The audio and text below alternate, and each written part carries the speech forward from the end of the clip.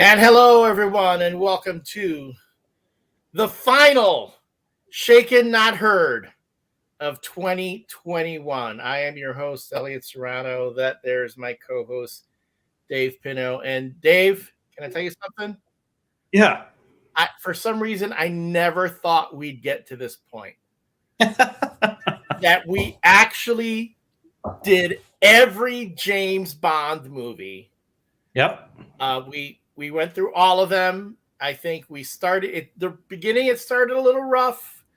You know, Dr. No was something. The movie itself, plus us starting this show, was something. And over time, if you go back to our archives here on the Facebook page, if you're watching us on the Facebook page, then you will see that the show has evolved over time. Good evening, Susan. Thank you for watching us on Facebook. Thanks so much for joining us. And there were times I remember when Connor came on a few weeks back and he congratulated us on getting through all those movies. And I said, yeah. Well, I'm like, you have to throw all the podcasts because it was something. Yeah. And you and I have become now the James Bond podcasting guys. Yeah. You have guested on Caffeinated Comics. Yep. And I just did a stint on the What's Up Nerds podcast to talk also about James Bond. We are known around the office as the James Bond guys. I'll take that. That's awesome. I think. Although I always say you're the expert. Anything I picked up over time was via osmosis, and it's funny because when I did the What's Up Nerds podcast, they were asking me all these questions that had I been asked them like earlier this year, I would not have known the answers. I've been okay. I have no idea. And they're like, "You're a James Bond expert." I go, "What? No, that's that guy. That's Dave." You became one and didn't even realize it. Yeah, but now I know more about Bond than I ever expected. So it's kind of fun. I mean, I know for you, I'm sure you enjoy being associated with Bond because that's your passion. And that's really the whole reason why we even started this show in the beginning was from a conversation that we had one day in the hallway at work where you were really educating me on Bond. And I said, hey, let's make a podcast. Let's talk about all the movies. Let's go through all of them. And today is the last one. It's the last movie. That's not to say that this is the end of Shaken Not Heard. No, it's not. People have already been suggesting further episodes, of course, in 2022. There is going to be more Bond to talk. There's talk about the casting of the new actor. Of course, there's a new board game that's coming out. There's still going to be things to talk about at James Bond, but it won't be. I don't think we're not going to be doing this once a week like we've done before. Yeah, but we do have something else to fill the time, and we will be announcing that later on in the show. So anyway, I find it apropos that today the guests that we have joining us are from work because this whole thing started at work. Yep. And one of our guests said, dude, if you do a James Bond podcast, I want to be on it. I'll certainly be on it. He's been on it before. The other guests that we're having on, we kind of had to, I don't know, somebody convinced her. I think, so, did we kidnap her cat or something so that we have to give back her cat? So something like that. Because she was like, really? But I don't know. And I'm like, I want more voices. I want more than just guys talking about Bond. I wanted to bring more of the female perspective here. And she's here to do that tonight. So, but before we get into our guests, Dave, I swear to Jeebus, these buttons never want to cooperate with me. I got to ask, what you drinking tonight? All right, so I made a cocktail called the Black Velvet, which comes from the Shaken book. Let me pull up the recipe. I just had it here. There we go. So this one is an ounce of Guinness, 2 teaspoons of rich Demerara syrup, which is basically simple syrup made with brown sugar, and then 3 ounces of champagne. You pour in the Guinness and the syrup, and then top it with the champagne. And the reason I picked this particular drink is because my wife and I went to London for our honeymoon in 2016. We visited the restaurant Rules, where M is in this movie, which is where Moneypenny finds him later in the film. And when we visited that restaurant on the honeymoon, I ordered this drink. So I'm recreating that experience from almost now nearly 6 years ago. So later tonight, is the wife going to be recreating the experience with you later, or is she like, get away from me? She's happy I made her one too. Oh, there we go. Very good. Yeah. All right. I decided to go with something that they actually drank in the movie. Dr. Swan orders a dirty martini and gets James to drink one. So I believe this is only the first, or maybe the second time I've had a martini on the show. Yeah. So very nice. Dirty martini. Cheers. Cheers, Dave. Hey, thanks for the voyage. Thanks for it's been fun. It's been fun. Not that it's over. I don't want folks to think it's over, but this has been fun this far. All right. We have to remind people that this is the last Bond movie, but technically not the last film in the series, but we did No Time to Die previously. Correct. We were supposed to end with No Time to Die because our slogan was from Dr. No to No Time to Die, but then life got in the way and then we got delayed a week or two here and there and it got pushed back.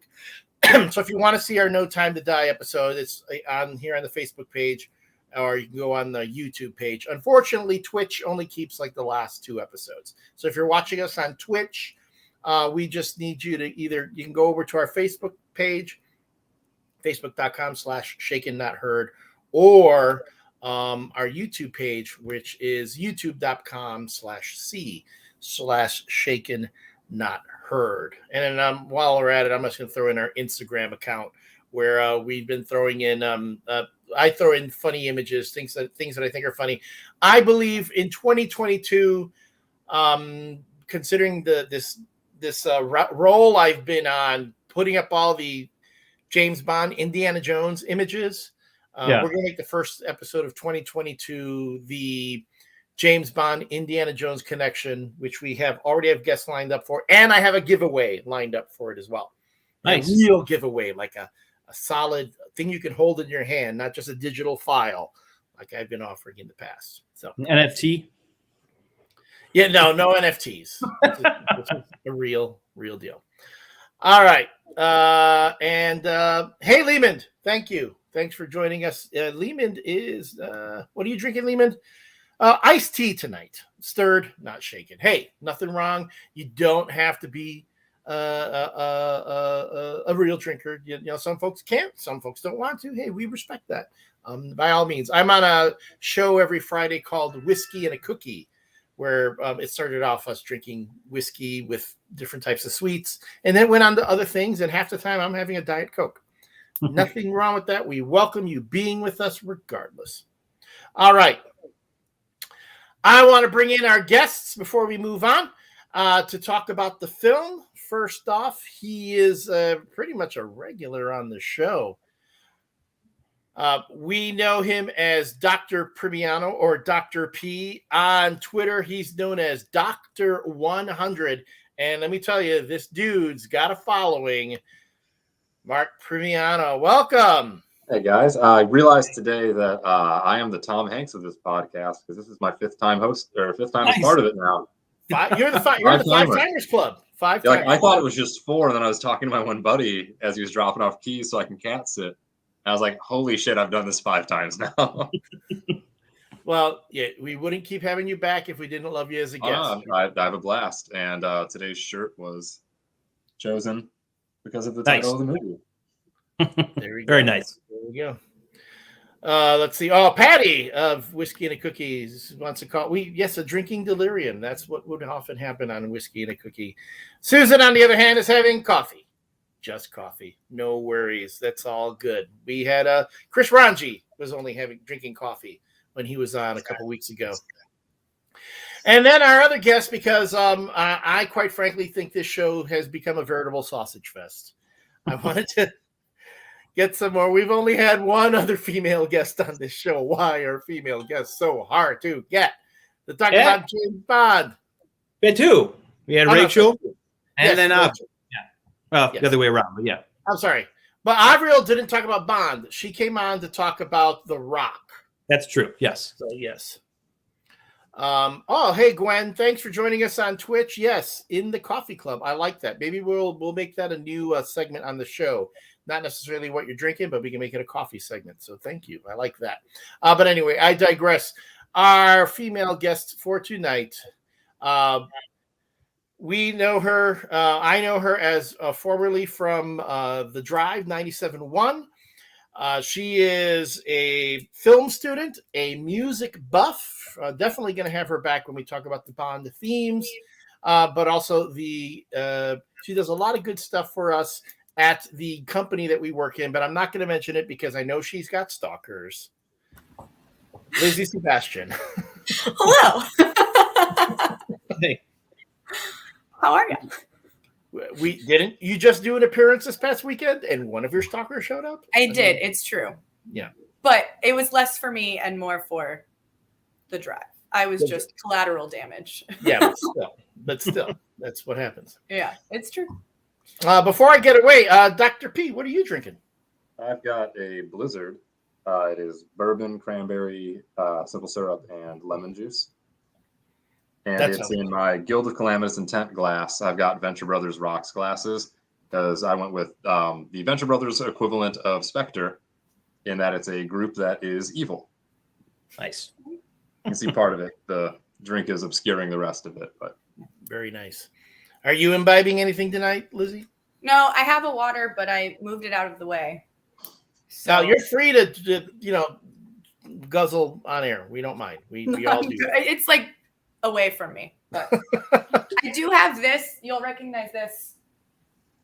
I have this cup. Oh, yes. That had water in it earlier. I just keep water around all the time. So. That's probably what I should do. I need to drink more water. I need to hydrate. Anyway, next question. I'm going to toss this back to Dave because whenever I don't ask this question, I end up making the mistake. But when it comes to SPECTRE, Dave, is it faithful to the book? There is no SPECTRE book. See, the one time I could skip it. Sorry to disappoint. Consistency is important, Elliot. I was doing my own research though when it came to SPECTRE, but there were some elements from one of the Ian Fleming novels that they pulled into this film. Is that correct? There is a novel called Colonel Sun, which is the first post-Fleming continuation novel, and that a Bond story that was written by another author after his death. And the torture scene in this movie where he's strapped to the chair and there's little needles being drilled into him, that more or less comes from that story. So I don't know if they've ever officially acknowledged that, the screenwriters, but I'm pretty sure they took that idea from that story. But it's not. Many Bond fans feel it's the best continuation novel, non-Fleming Bond novel. But it's not actually Fleming material. But it seems literary Bond inspired. Okay. Good to know. So anyway, let's not forget this. Of course, we're talking about SPECTRE, released in 2015, starring Daniel Craig, Lea Seydoux, Christoph Waltz, Dave Bautista, and Ralph Fiennes. Screenplay by John Logan, Neil Purvis, and Robert Wade, and directed by Sam Mendes, who's returning after doing Skyfall, which was really a great film. Probably, we talked about this last week. In my opinion, probably the best of the Daniel Craig Bond movies. With Casino Royale, it's real close between the two. It's hard to decide between the two. Sam Mendes did a great job with the visuals on this one. With a SPECTRE, though, it starts really strong, and somewhere along the way, if you ask me, it kind of loses its focus. But I don't want to get too much into that. I do have a couple observations when I was watching it this past weekend. I scrawled a few notes. Don't want to take too much from our guests, though. I want to go to you, Dr. P. You just saw the film within the past few days. How did it compare from the first time you saw it? This actually was the first time. I'd been dragging and hadn't seen Spectre yet. I feel like the overall rap seemed to be that it was a big disappointment. But I viewed it as less of a big disappointment, as I think a lot of that is tied to how good Skyfall was. Skyfall is absolutely one of the high watermarks of the series. It's beautiful. It lasts exactly as long as it should. The plot is nice and tight, which is not to say it's perfect, but for a Bond movie, it's like everything you want out of a Bond movie. And even with like some more of the mythology brought in, we're like, oh, you actually learn a little bit more about his past and everything. Whereas this, it's like you said, it starts off really strong. It gets a little bloated, and it just kind of, if it wasn't a Bond movie, you'd probably like it more, because it wouldn't have the expectations of it. Whereas like it's fine, but they try to get a little too cute with multiple things, and we'll talk about that later on. Of my last note written down is a major bugaboo for me when it happened on screen. I was like, really? Yeah, overall it was fine, but it just wasn't nearly as good as Skyfall. I like it better than Quantum of Solace, but it's not as good as Casino Royale or Skyfall. Now, Lizzie, you said, I remember we were having conversations and you were prepping for this. Now, you've already said you just watched the film a few hours ago. Yeah. And I know, and correct me if I'm wrong, you only had an interest in Bond because of your father. Yeah, well, basically, so we would watch them like when TNT or TBS would have them on television when I was growing up. We would just like find something to watch on a Saturday afternoon, and Bond was often on. So I've seen a smattering of Bond movies, and then I really got into like 007 Nightfire, the video game. So that was really the most Bond interaction I'd had. And then I'd seen of Daniel Craig's, I'd seen Casino Royale and Quantum Solace, but like in bits and pieces on television. And then I did see Skyfall in theaters, and I adore Skyfall. Like I own a copy of Skyfall and just watch it randomly. So I was actually interested in seeing Spectre, but I never just got around to it. I don't know what happened. So, and in watching it, I enjoyed it. I think going off of what Dr. P was saying, like it did have this reputation of kind of being a disappointment, especially like I think after Skyfall. And I think my enjoyment of the movie is elevated by the fact that I'm watching it at the end of 2021, not when it came out or like closer to when Skyfall was there, because there's more space, and I've like seen Skyfall enough that it's not like the power of watching it the first time. So watching Spectre now, I was like, oh no, this is a good Bond movie. Like this works for me. And Dave. You know what? I enjoy this one. I don't think I might take some flack for this. I don't think there's a bad Daniel Craig Bond movie. I think, as Dr. P said, as Lizzie said, the bar is just so high with Casino Royale and Skyfall, and maybe to a little lesser extent, No Time to Die, which I think is a close third, that by comparison, a movie like Quantum of Solace or Spectre doesn't quite live up to those other ones. I will say, and Ellie, I'm a defender of Quantum of Solace. I think there's less of a level down or a jump down in quality from Skyfall to this one than there was from Casino Royale and Quantum of Solace. And on the other hand, one of the reasons I kind of like Quantum of Solace is also the reason I sort of take issue with this one, in that Quantum of Solace is not and I've mentioned this before when we covered Quantum of Solace, that one doesn't feel like it's attempting to like be Casino Royale, like it's trying to outdo Casino Royale and be as big and be this big 2.5 hour epic like that one does. This movie feels very much like it's trying to one up Skyfall, which makes sense because it was Sam Mendes directing. So understandably, okay, if they're going to bring him back, he doesn't want his second movie to be looked back on as like a disappointment. Like, oh, he did too. Spectre was good, but it wasn't nearly as good as Skyfall. So it feels like they're trying to outdo Skyfall, and it just doesn't quite live up to it. But I will say objectively, even as a fan of Quantum of Solace, I think there's less of a dip in quality of what you expect from a Bond movie or what you expect from a Daniel Craig Bond movie going from Skyfall to Spectre than there was going from Casino Royale to Quantum of Solace.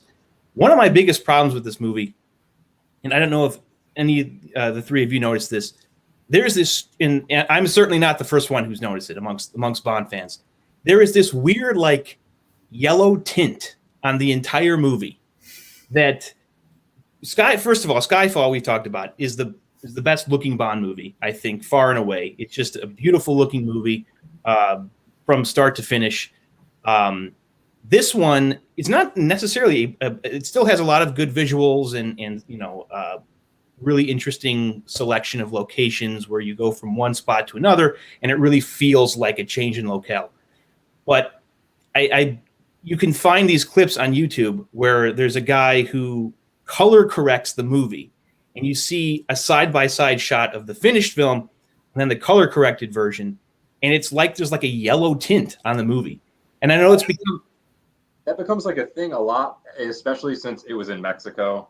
I was just about to say, Africa, it's a huge thing where like Sicario and all the Mexico scenes have that weird yellow tint. It's like a weird cinematic shorthand for like, now you're in a dangerous country that's hot, sandy, and has a language that's not English. Because the Day of the Dead scenes at the start, it's got that weird yellow tint. As soon as they're on the train and they're going into Tangiers and American, it's got that same weird yellow tint. And it's like, oh, we're up in the mountains.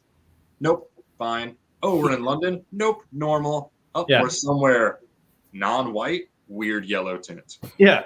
And it's become sort of like a meme. Like I saw there's a website called Hard Drive that's like a spoof website like Onion. It was like Mexico votes to change tint of country from yellow. Purple, right? It's just like a purple glow just encompassing the entire outdoors. But yeah, it's distracting, especially coming off a movie that's just so almost like flawless visually as Skyfall to this one, which is a shame because otherwise I think it's a great looking movie. But it doesn't quite live up, at least visually, to Skyfall. Yeah, like it's not as rough of a overindulgence as J.J. Abrams and his love of lens flares, or Michael Bay and his unnecessary explosions. Yeah. But it is noticeable, and especially one of those, once someone points it out to you, you never cannot see it. Yeah, yeah. And what was the name of the, I had written down somewhere. It's a YouTube account called That Blew My Mind, and I assume he did the whole movie, but he just has bits and pieces posted on YouTube. And actually, there are even scenes that you wouldn't expect. Like I think there are scenes like in Rome, and maybe even London, where it's there. It's not just like the scenes in Tangier and Mexico. It's like the whole thing. It's like, what's going on here? Like, it's kind of like when you have a night mode on your phone, where after a certain time of day, it removes the blue light, so it's less intense on your eyes. That's what it's like across the whole film. And just that, removing that would like improve the movie dramatically. Welcome, Tom. Thanks for watching the show. Thanks for checking in with us. Lehman, of course. Lehman says hi to Liz. Liz, you've got a fan on the Twitch.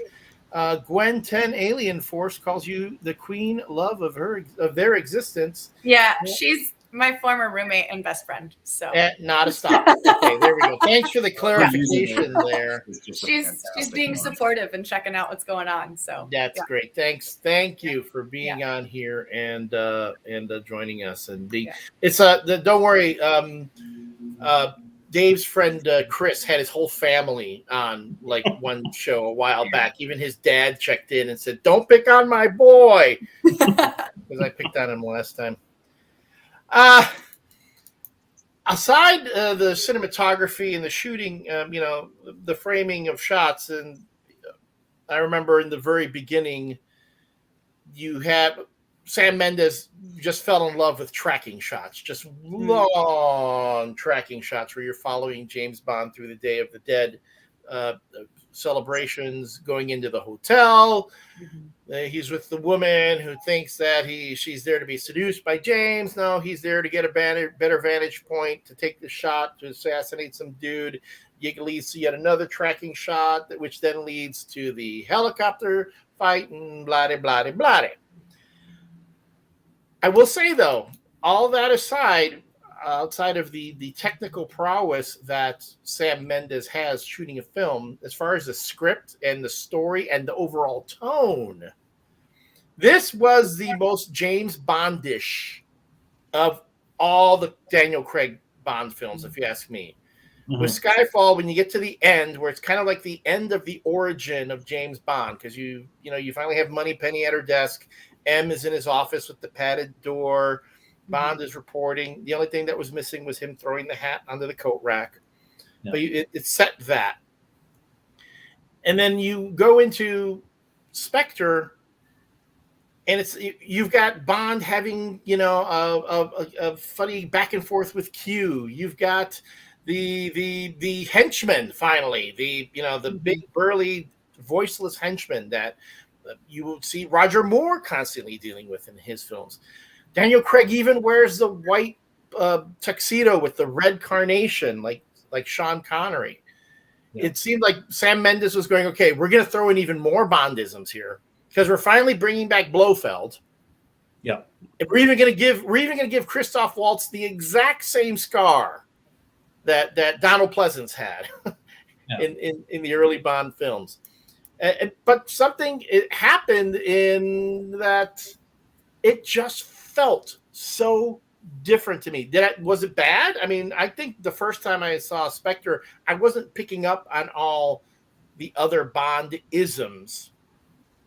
And as I'm watching this film, I kind of got into a comfort zone going, oh, I've been here before. I know what this is like. I felt like I was almost watching a Roger Moore Bond film. To an extent. And then, I'm sorry, the cat showed up. And God damn it, we have this talk about every time Blofeld's cat shows up. I need to know what happened to the cat. When Bond blows up Blofeld's factory or whatever that was in the middle of the desert at the end, we don't see the cat. Anyway, but that's, we all know, Elliot, cats have 9 lives. It's just fine. He's fine. Just he's crispy this time around. Anyway, other things, though, did break some other, to me, that kind of break the Bond rule. If I'm not mistaken, Monica Bellucci's character, who Bond seduces in the beginning, she isn't killed later, is she? Not on screen, at least. Right? Because she kind of Bond says, I have a friend, call him, he'll make sure you're okay. I'm assuming he means Felix Leiter. No. Call Felix Leiter, he's going to get you out, get you safe. So there is no quote unquote sacrificial lamb in this one. Yeah. But he doesn't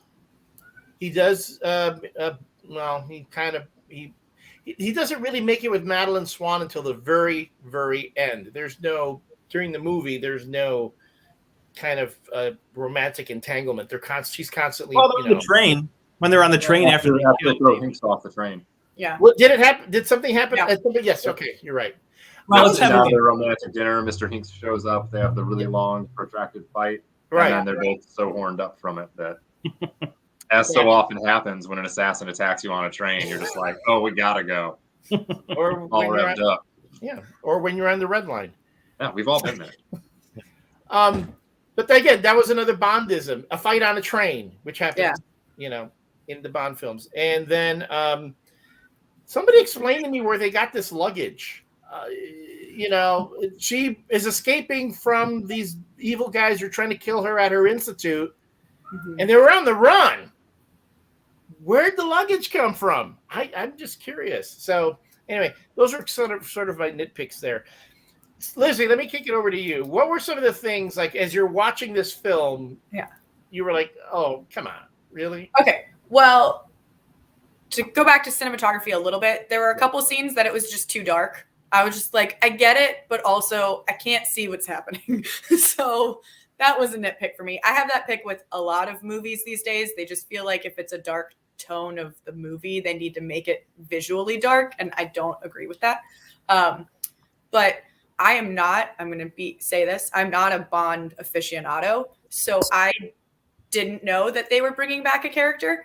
And so my pick was like, it felt kind of, and I wanted to ask Dave specifically what your opinion of this was, because I don't know how to feel about it, but it feels like, because I like Skyfall so much, I know that story very well. And it felt very like cheap, I will say, for this guy to take credit for Silva. Because I was like, no, but Silva killed M because M, like, he had a history with her. It wasn't because this guy told him to. And so that was kind of weird for me. I was like, wait, no, that makes me feel like you're just like taking a story that already was cut and dry and put together and saying like, no, actually this has really happened, which was a little weird. And I felt like I get it, but I felt like that might have been not too many bad guys, but like an underutilized bad guy. Cause I love Andrew Scott a lot. And I thought he could have been like, it was just, I felt like his character needed to either be more or be less and not just be like what he was. But I enjoyed it. And I kind of liked some of the Bondisms coming back into it. Cause I feel like there was a time where Bond had to be, this is a me theory that I've talked to Dave about as well. And I think it's an accepted one of like Austin Powers was so silly and just ridiculous, but also like taking things directly from Bond that they had to kind of overcorrect with Bond films, making them super serious and more like Bourne-ish. And so I kind of like this one because it kind of felt like they brought some of the silliness back with it still being like you able to take it seriously. I remember I took some notes, not a lot because I ended up getting like 2 into it. And yeah, and I was like, I'd rather just watch it. But I did write like him saying license to kill. And then I wrote lol next to it because literally there's a sentence where C says like, they're out there with their license to kill. And I was like, that's a Bond movie. So like, little things like that entertained me. So I thought it was very entertaining, but the bits that annoyed me kind of like annoyed me. Yeah. To respond to your comment about having an issue with Silva, Javier Bardem's character being like on the payroll of Blood, I too have a problem with that. I think that's a bridge too far. I think that's when I mentioned earlier the issue of how this movie's like trying to one up Skyfall, where it's like, okay, we're gonna, bigger visuals, bigger action scenes, more globetrotting, even more personal storyline. That's where it's like, okay, I'm okay with them tying the events and like the villains of the first 2 Craig movies into this one, like Quantum or, Lashif and Green, Dominic Green, Juan Massalas were working for Blofeld. But I thought, having a Silva being an agent of Blofeld's because his whole thing was obsession with M and getting revenge against her. That was like, okay, that's a little too much. And he's like a puppet master himself. Yeah. And I was like he's such a puppet master. And like the rat analogy is such a thing for like, I love that scene that I'm just like, for him to have a master himself just does not work for me. Yeah. I will share I don't know if this is 100% true, but this is my theory of how and why the Daniel Craig era sort of played out and took the twists and turns that it did. So Casino Royale was obviously a reboot, take things back to the beginning, a break in continuity from the first 20 films and 5 actors in the series. And then we get Quantum of Solace, which is the first true sequel in the series that actually picks up literally where the previous film ended. And they introduced this concept of quantum. So quantum is basically, when the movie came out, all Bond fans were thinking, okay, this is the 21st century version of SPECTRE, which was the big evil organization from the Sean Connery, the 1960s Bond films. So long story short, in the early 70s, the Bond producers lost the film rights to use SPECTRE and use the character of Blofeld. After Skyfall came out, in between Skyfall and SPECTRE, they reacquired those rights. Okay. So my thought was all along, okay, they're setting up Quantum to be basically to be a stand-in for Spectre. They could be this evil organization. They could have tendrils and tentacles in every government in the world. You just can't legally call them Spectre. And then a couple things happened. One, Quantum of Solace came out, wasn't terribly well received. It didn't bomb by any means. It just wasn't, it's considered one of the weaker films in the series. And two, there was some financial issues going on with MGM that caused the delay of Skyfall. So instead of coming out in like 2010 or maybe 2011 when it should have, it came out 2012. So 4 years after Quantum of Solace, which actually 4 years I would have gladly taken instead of 6 years waiting for No Time to Die. So then we get Skyfall. And I think what happened with Skyfall is they thought, okay, all this time has passed. Quantum of Solace wasn't terribly well received. Let's just do like a standalone movie. Well, we still have Daniel Craig as Bond. We still have Judi Dench as M, but we're not going to reference the events of the previous two movies. Mm-hmm. And then two other huge things happened. One, Skyfall is this gigantic success. It's the first $1 billion Bond movie. And then two, shortly after the release of Skyfall, they reacquire the rights to Spectre and Blofeld. So we get Spectre, and we get the closest thing to Bond's arch nemesis on film for the first time in like 40 years. So not only do they waste no time, they bring Spectre back, they bring Blofeld back, but they title the next film in the series Spectre. So they're chomping at the bit to make use of these characters and these ideas. And so then they also brought Sam Mendes back, being this, he delivered the first $1 billion Bond movie. He's this critically acclaimed director. So then I think they got maybe a little bit too cute with the whole thing. And they thought, okay, well, Skyfall was so well received. Maybe we can sort of get people to forgive us for Quantum of Solace. So we're just going to tie in everything from the previous three movies into this one. So all along, it was clear to me that all along Quantum was going to be the Spectre of the Daniel Craig movies, because at the time that Quantum and obviously Casino Royale were written, they didn't have the rights. They didn't know they were going to be reacquiring the rights. But then things off screen in the real world sort of changed their plans. And then they're like, okay, we're going to introduce Skyfall, but we're going to also have Quantum just be a branch of Skyfall, that's a little bit of a clunky explanation, because the whole thing in Quantum of Solace was Quantum is this like omnipresent organization that has people in every level of government, in every government around the world. But actually, they're just like a subordinate of this even bigger, more evil organization, which is Spectre. So if these things happening, off screen, these legal things with them getting the rights to Spectre and Blofeld back, then the last couple films in the series, it hadn't happened. Then the last couple films in the series would have been completely different, because either they would have maybe tried to reintroduce Quantum as the evil organization, or just had a completely different premise for the villains and the antagonists in the last couple films. But they're clearly, it was just them like retconning, like, okay, Quantum we didn't forget about them, but they're actually just like a branch of Spectre, which was the big baddie all along. That makes sense. It's kind of like when people went to go see The Rise of Skywalker and they learned in the very beginning that Palpatine was behind Snoke and everything at the end, and everyone's like, no, that makes no sense. No. Yeah, exactly. I will say, though, as someone who actually had to use the same kind of mechanism to tie an overarching story all together, picking up from a previous writer, every time I see that, I go, oh, that's what Brandon and I did in that Xena Army of Darkness miniseries that we wrote together.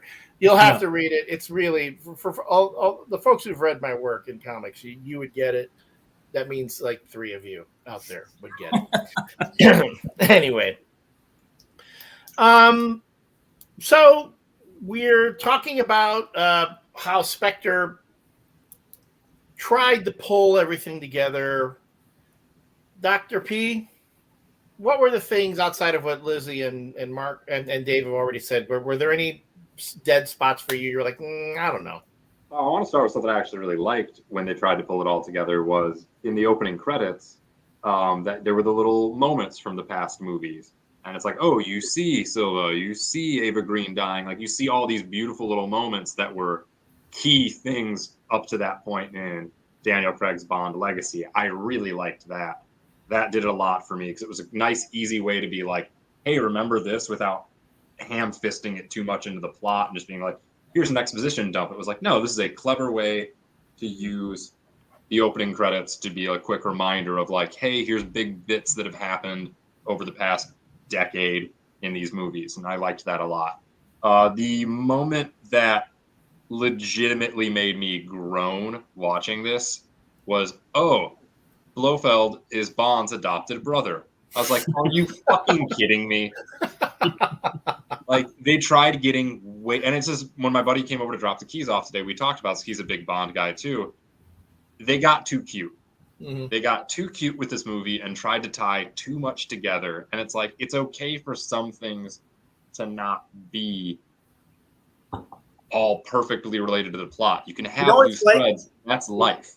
It's like the Star Wars prequels, where like every character of significance has to have like crossed paths with one another when they were like kids or teenagers.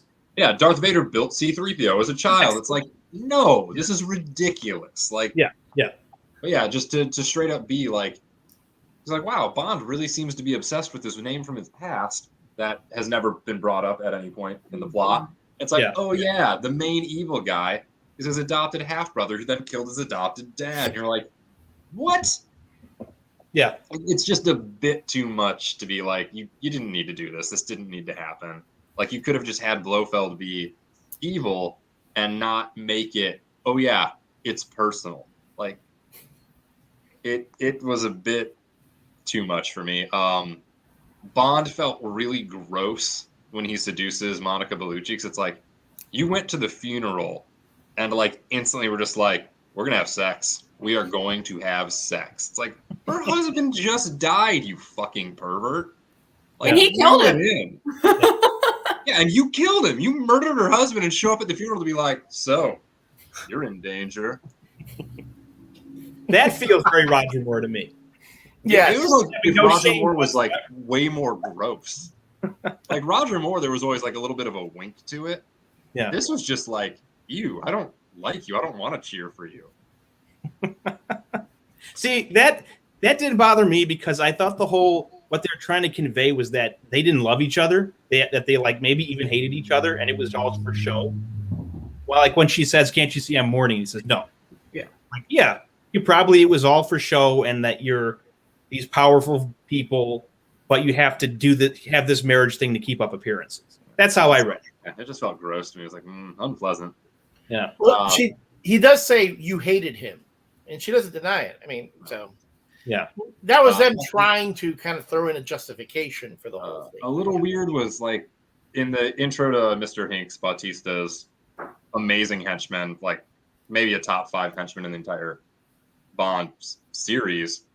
Because when he beats the shit out of Daniel Craig on the train, you're like, yeah, I actually could believe, if this wasn't a James Bond story, that the hero is in true danger.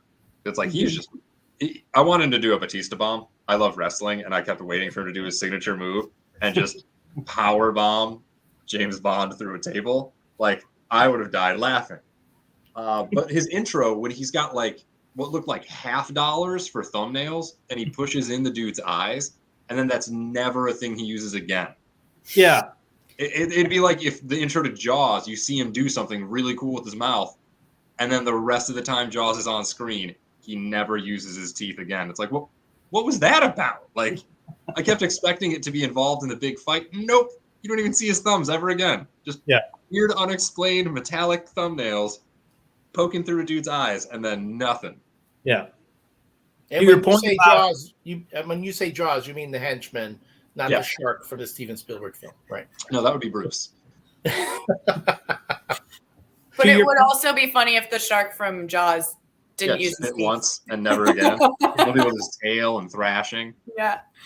Oh goodness. There was no shark scene in this one. Now that I think about it, of all the Bondisms, they forgot to bring in a shark. Yeah, there was no aquatic animal danger, no animal danger really even. Yeah. Yeah, we don't think we get any sharks in the Daniel Craig era. No. No. You get a Komodo dragon, and that's like a shark of land. We did. Yes. to your point about Bond and Blofeld being half brothers or adopted brothers, which I too take issue with. Yeah. How about the fact that it's completely ripping off of Austin Powers and Goldmember? Oh yeah, yeah. We went from the enough time had passed from the Austin Powers series ending that the pendulum swung in the other directions, and then you have Bond films ripping off Austin Powers in the span of like a decade. Well, that's on just too much. That's on Logan, Purvis, and Wade. I'm gonna tell you right now, I'm pretty sure John Logan came up with that idea. Said, "Hey, let's do like that," because it's funny that you had other movie franchises, their successes, I think, helped this current Bond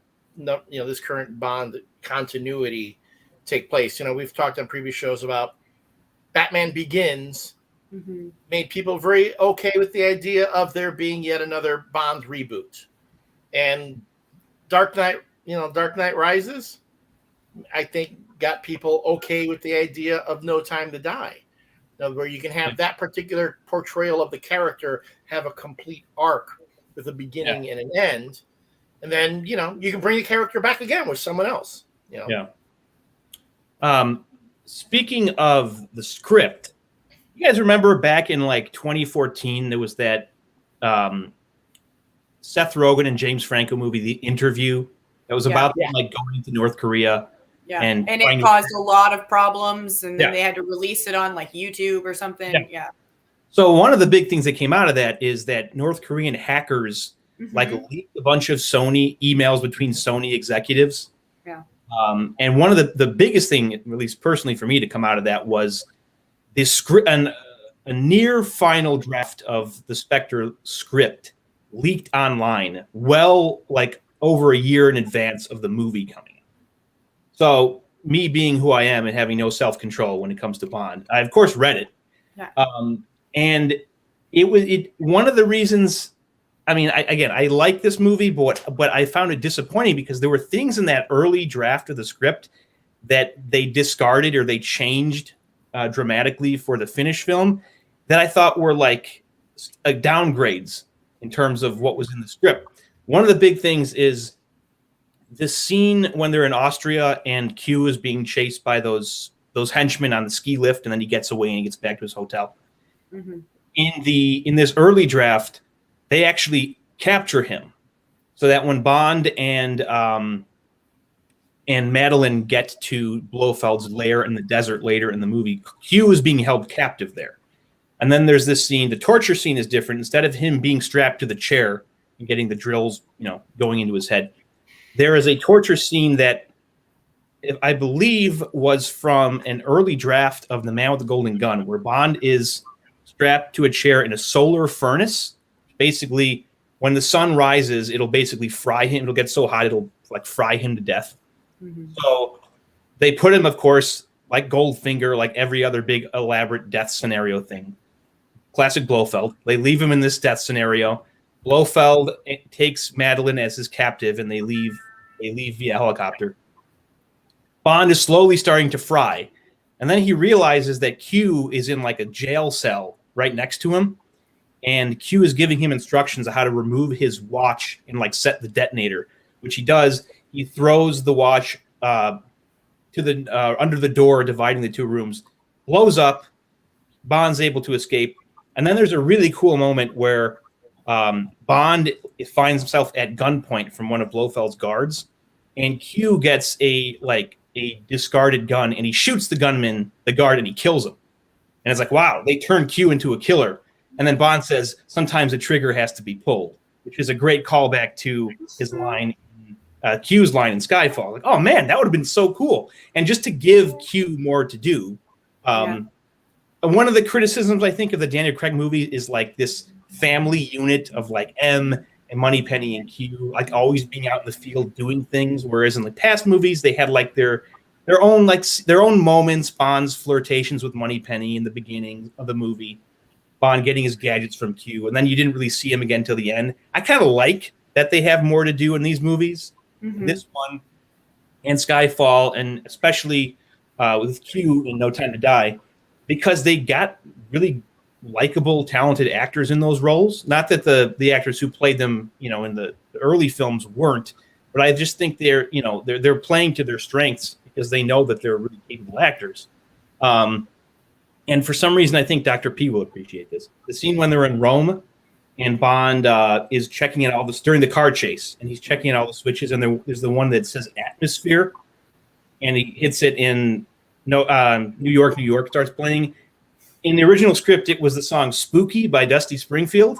Like, man, that would have been so much better, and just such a cute little nod to the title of the movie. And then one other thing, and this seems kind of minor, but the script describes the whole final third act of the movie when they're in London and Madeline is captive and MI6 building is going to explode, is rigged to blow up.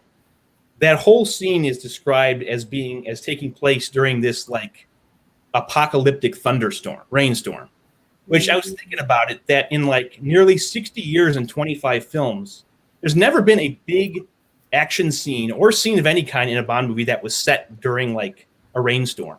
Like you'd think at some point it would have happened, right? Even when he's skiing, it's never snowing. It's always beautifully sunny. Yeah, exactly. So you would think like, that would have been cool. I was thinking like it would actually add just like another level of like sort of hazard and danger and sort of atmosphere to that whole scene. And so that was one of those things where like I just got so used to the script and the way it was, how it played out, that when it didn't show up in the finished film, I was like, that's a little bit of a letdown. Oh, and one other thing, the last line of if you guys remember, the last time you see Bond and Madeline, they're in the Aston Martin DB5. They don't say anything, and then they just drive away. In the script, Madeline says something like, where do you want to go? And Bond says, we can go wherever you want. After all, we have all the time in the world, which is laying the groundwork for a lot of references to come in the next film to Honor Majesty's Secret Service. So they cut that line from this script, then it plays a big role. I think both Dr. P and Lizzie have not seen it, but it plays a big role in No Time to Die. So they were clearly already thinking about making some big references to that film as early as Spectre.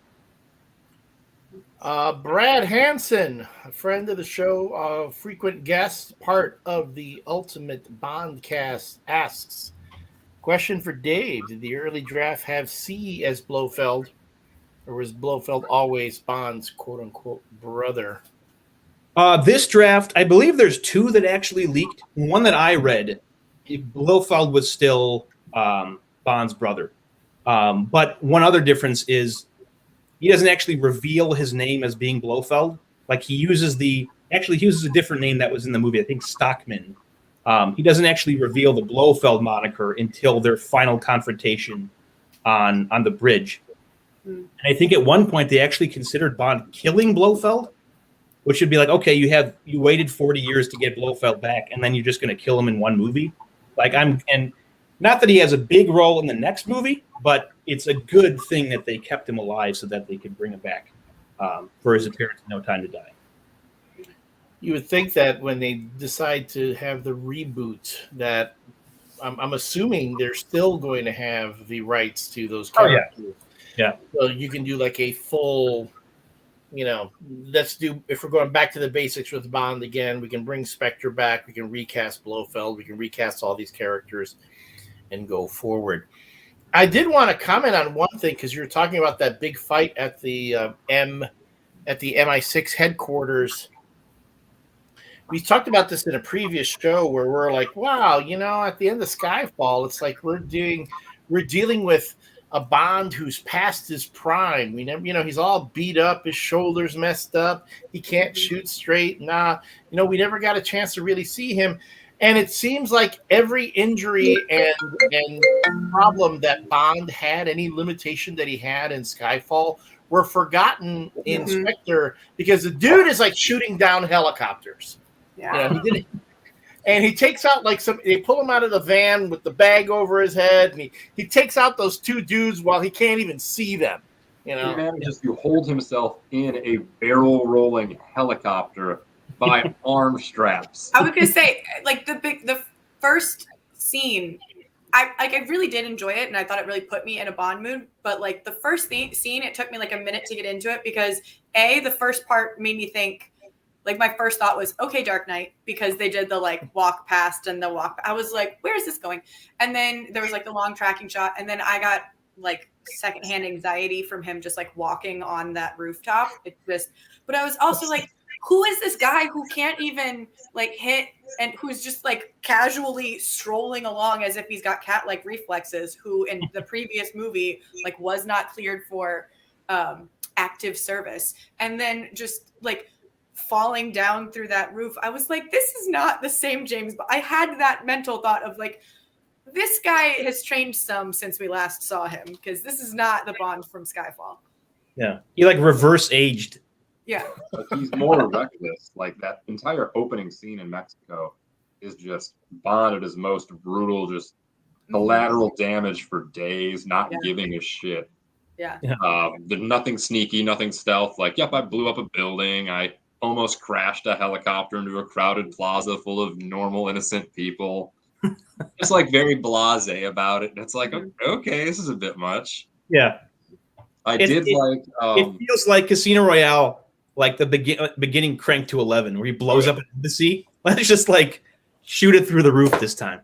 Yeah, it felt like a Jason Statham as Bond moment, where it was just like, yeah, we're just going to lean into the spectacle and have this like ruthless, brutal dude. I did like as he goes into the hotel room and chucks the top hat. That gave very Live and Let Die, Baron Samedi vibes. Who I've gone on record as saying is my favorite henchman of all time because he rules. And then in the Rome car chase, when he's stuck behind the Fiat and he's banging on the horn, also Live and Let Die, when they're going through the boat chase and there's that like old man driving the truck. Bus. Yeah. The Rome car chase is wonderful because by itself, it's just a beautifully shot chase, great action sequence. And the amount of like other movie references that are just like thrown in there. Like you can't have a car chase with the song New York, New York and have me not think of Highlander as the Kurgan is happily driving down the Brooklyn Bridge, singing it in Clancy Brown's horrible, gravelly voice. As already mentioned, Live and Let Die, and then Big Grease Lightning as he drives up the ramp. Yeah. I started seeing John Travolta behind the wheel. Yeah. And of course, the ejector seat moment. There are a lot of moments in that it starts to creep in a little bit in Skyfall with like the physical comedy sort of, which I brought up last week, but definitely even more so in this one. A lot more humor, Roger Moore type moments, like this old, like just the thing you said with the old guy in the Fiat, like singing opera, and he knocks it, and then the airbag goes off, like, you know, that's the punchline sort of the moment. And then when he ejects out of the car and he just casually lands on the street and discards his parachute. You see the poor street sweeper looking as the giant parachute lands in front of him, just like, talk of casually lands on the street. When he lands on that couch in the beginning, I was like, oh, that didn't just happen. The only thing in the building to survive was not the couch that was perfectly placed for James Bond to sit on and walk away from. All they needed was the guy, either the double taking pigeon, or the guy looking at his bottle of wine like, huh? Exactly. Yeah. Or the dog. Remember? Yeah, I was gonna say a dog. The dog that it makes the like noise. Like what just happened? Oh, there's some ridiculous moments in this entire series. Yeah. Oh gosh. Yeah. To me, I loved that scene when Bond first sees the Aston Martin. Q is, going through, well, it was for you, but now because you're suspended, we're giving it the 009. To me, it would have been perfect if they had just left it like that.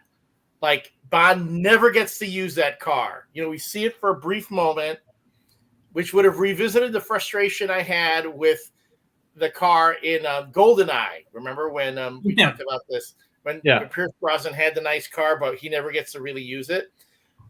So then Bond has to resort to using like some old beater of a old MI6 car and have that whole chase. So that way you'd be like, when he sinks it in the river, you're not, it wasn't like he sank a prototype, which he did.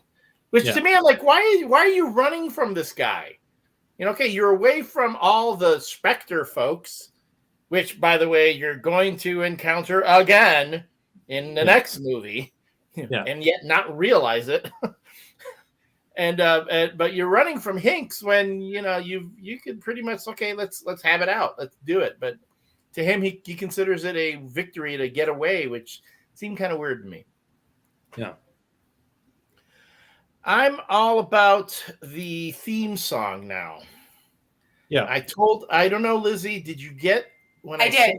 I did. All right. Yes. When it comes to comparisons, Dave talks about the script that they didn't follow, the things that they discarded. Well, there was a theme song. We've talked about it on the show previously. But there was a theme song that they had for SPECTRE. Of course, Sam Smith would do the one that was used.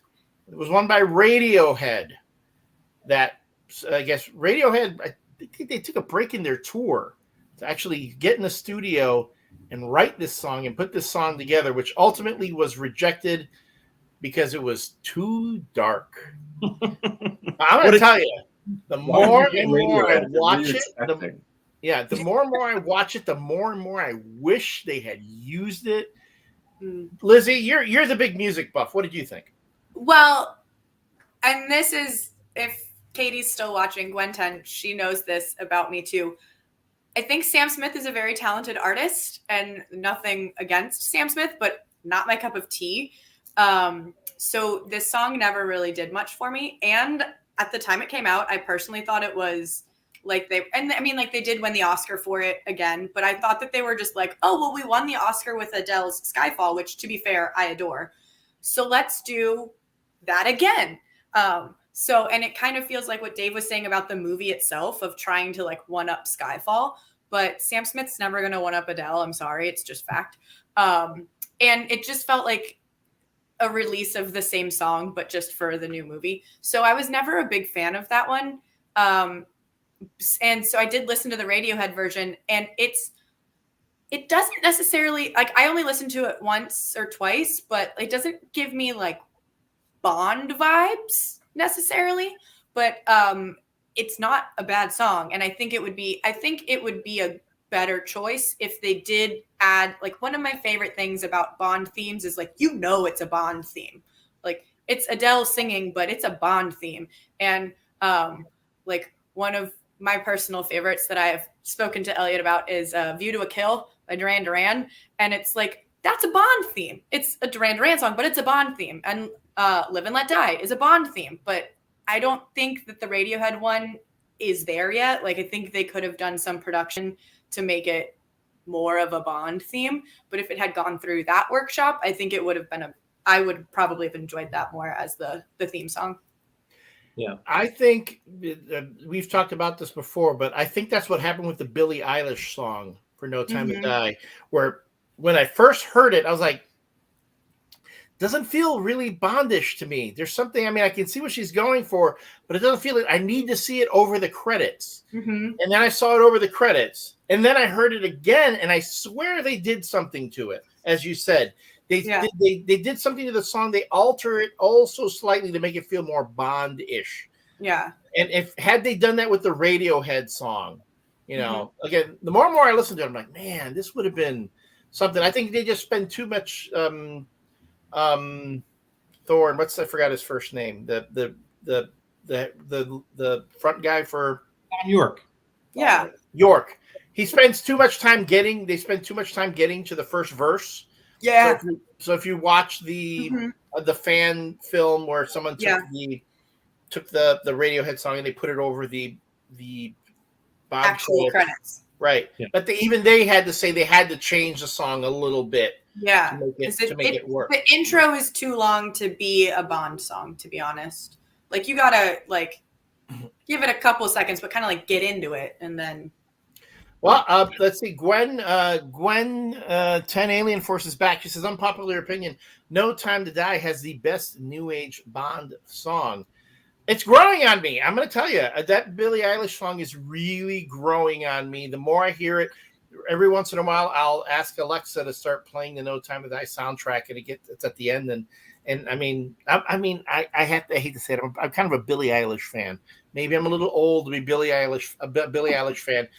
Mind you, Billie Eilish fans are typically 8-year-old little girls. So, and then Gwen 10 is also a Billie Eilish fan. Very good. And Rhonda Williams agrees. Yes, Duran Duran is the best.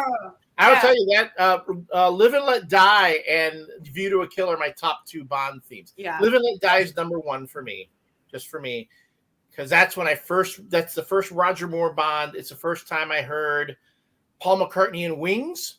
I'd always known Paul McCartney for the Beatles. That's the first time I'd ever heard him outside of the Beatles.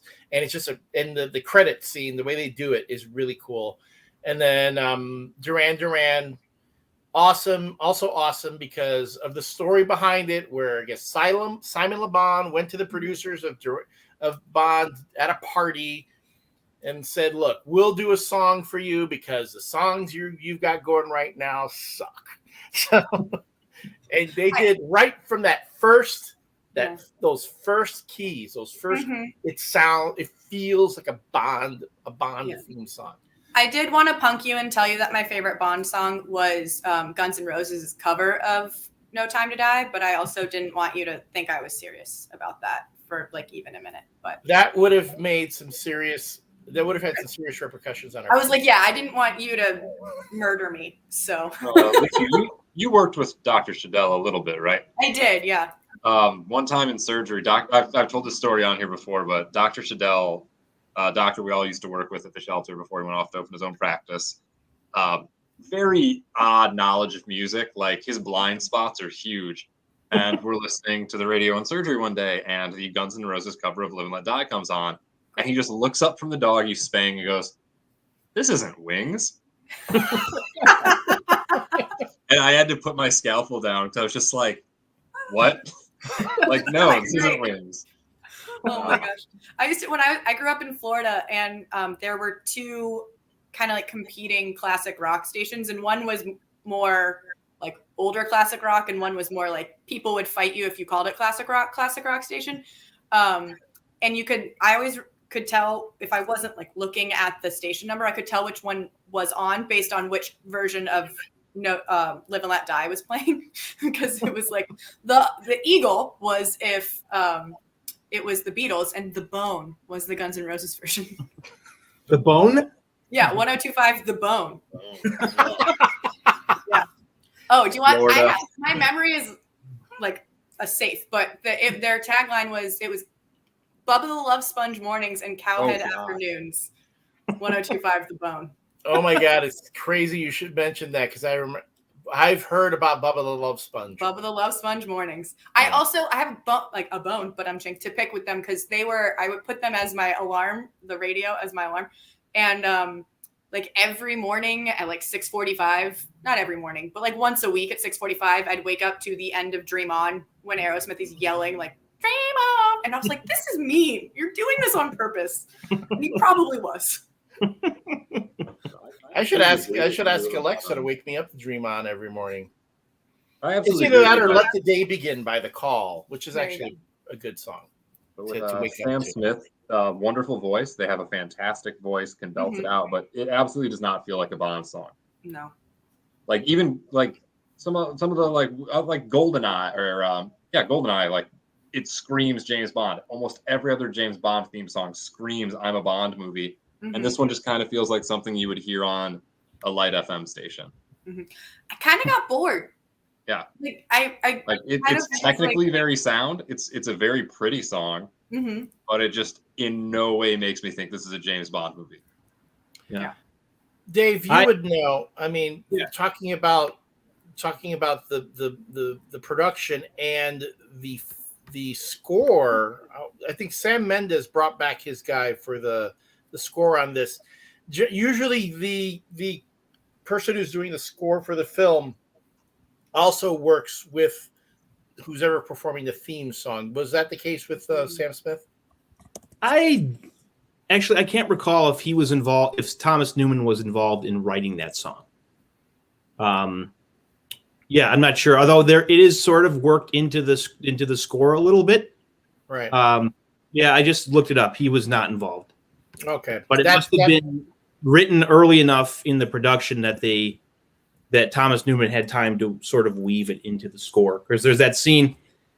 The one moment that really stands out is what we talked about earlier, right after they kill Hinks and they're about to, make love, and it comes in full force. And they're like undressing each other and everything, and then it cuts to the next scene.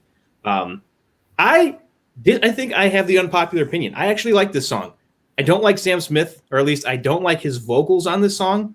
And I contend that which I mentioned, I think we talked about this a week or two ago, that if a different vocalist was doing this song, like if you had like a female vocalist, like Beyonce, Lady Gaga, even Adele coming back to do another theme, people would like the song. I mean, to me, it has the qualities of what you expect. It doesn't maybe have quite the same oomph of Skyfall, but it has most of the qualities of what you expect in a Bond movie, similar of a Bond song, similar production, certainly the big belting chorus, those sort of mysterious sounding lyrics. But yeah, I think a different artist other than Sam Smith does this song, and people would appreciate them a lot better. I will say the Radiohead song, and I love Radiohead, but the Radiohead song, no. It does. There's no hook to it.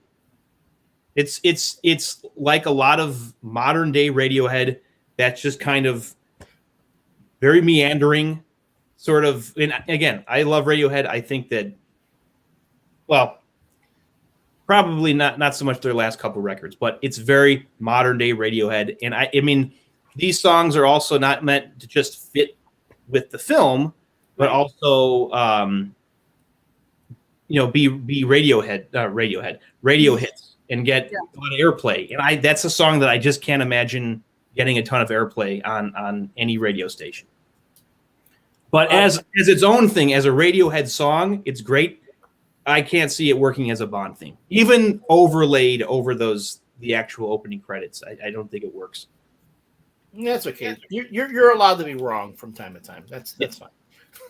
I feel like one of my big bones to pick with the Sam Smith song is that it's not titled Spectre. Because that's my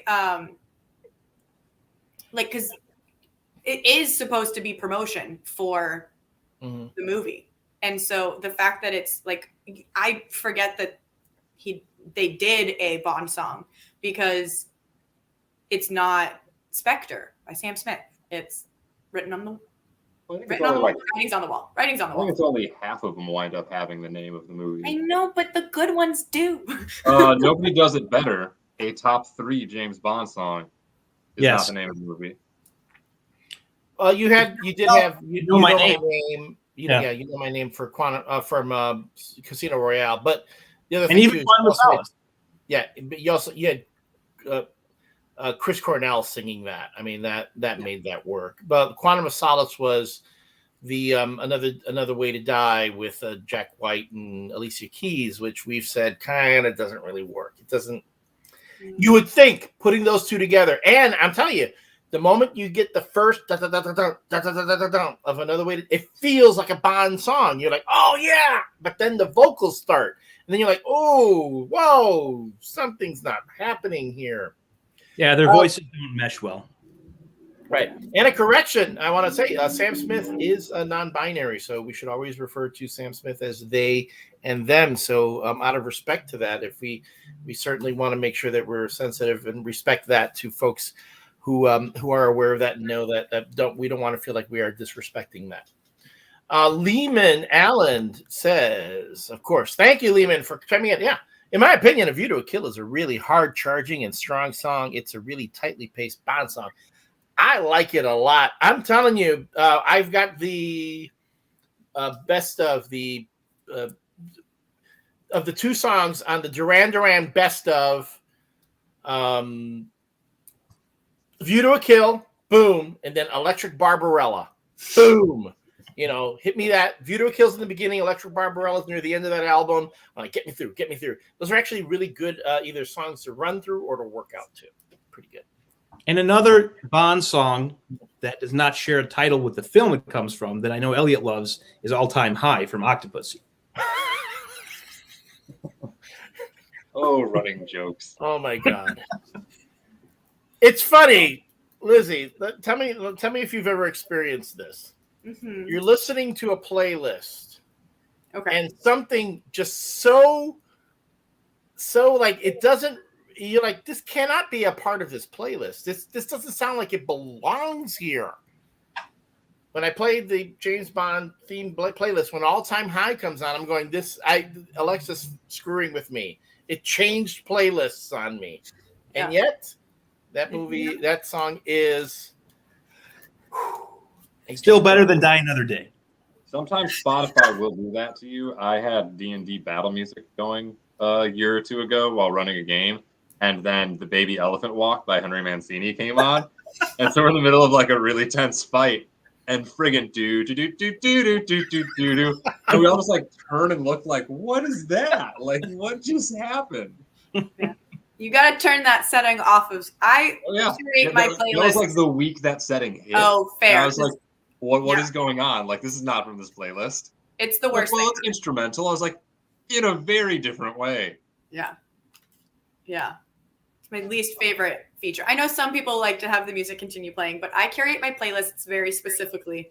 And I don't appreciate when they're like, let's jump to a new one. And I'm like, no, thank you. I think A View to a Kill has the highest disparity in quality of theme song and quality of movie. Absolutely. Because, wow, that's a rough one. And it's like, all right, you got Duran Duran. You got probably the hippest band to ever make a Bond theme song. And what a clunker. What an absolute stinker of a movie. Yeah. I think a close second, and I know Dr. P will disagree with this, is Diamonds Are Forever. I know you like it. Yeah, you know that is. I have a very soft spot for that movie. Not a good movie. It's like A View to a Kill is the Another Way to Die of Bond movies, where you would think Roger Moore, Christopher Walken, Grace Jones. You have this great cast. I'll even throw in Tanya Roberts, who at that time was really hot, on the scene, and yet the script is so bad, and the Christopher Walken character is essentially Lex Luthor from the Superman the movie. So he's like half Luthor, half Zod. Yeah. So you're like, jeez, all right. He's just horribly inconsistent, which I get was part of it, but like, Lizzie, this is what we're gonna do. Okay, we're gonna have lunch in the next week or so. Then we're gonna go for a walk, and I think we're gonna go over to like the Grand Street Bridge. It goes over the Chicago River, and I'm gonna go. What a view! And you're gonna go to a kill. And then we're going to have someone behind us to film it to be like, haha, that happened. Dr. P. Dr. P's going to be there. I'll be in searcher. You can have Dave like lean backwards with a rope off the bridge. Yeah. Oh, goodness. I have a question for Lizzie, since she's the one of our rare female guests. Yeah. Does the age disparity between Daniel Craig and Léa Seydoux bother you? Because it doesn't bother me in this one. When I saw, and I know you haven't seen No Time to Die. Obviously, a couple years had passed. Yeah. Craig, she looks essentially the same. Daniel Craig looks a little bit older. And when I saw it with my wife in theater, she said that it bothered her. It's certainly not to keep beating a dead horse with View to a Kill. It's not as rough as the 30-year age gap between Roger Moore and Tanya Roberts in that one.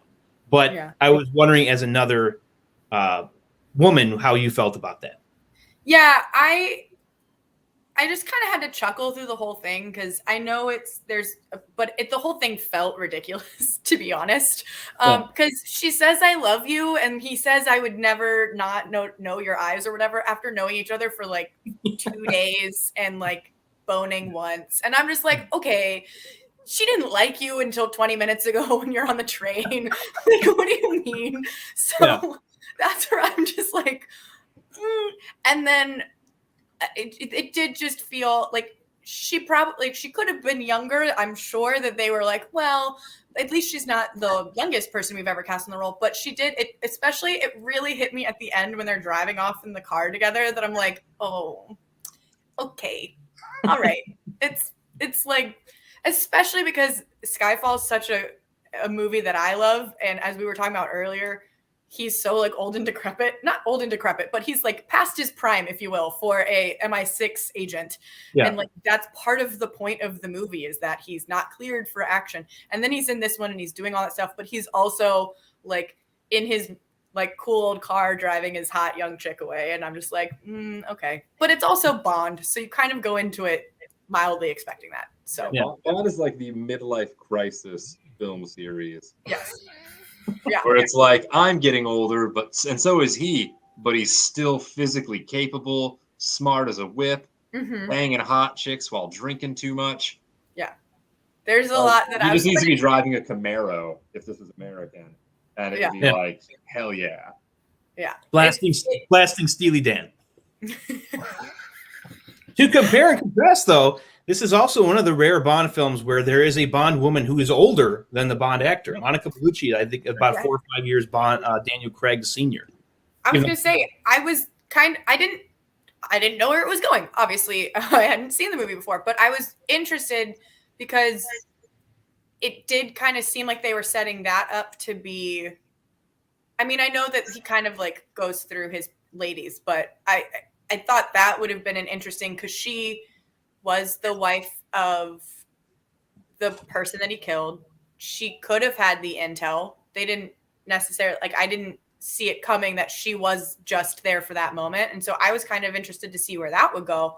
But then it was like a 2-second thing and then you didn't see her again. So like realistically, raise your hand if you haven't been in love with Monica Bellucci for like 20 years. If you haven't. I said if you haven't. Oh, exactly. Man.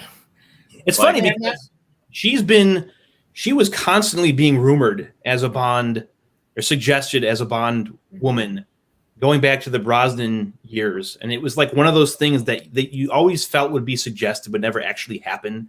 Like when Clive Owen was always being suggested as Bond, or Henry Cavill, or Salma Hayek was always suggested who would have been great and he still would be great.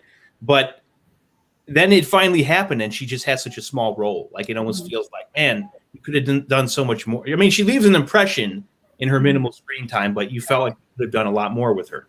It was like they realized the window was closing, and they just got her in right as it was. Yeah. Which is not to say that Monica Bellucci could not still be in it, and I would be like, yes, she is absolutely gorgeous.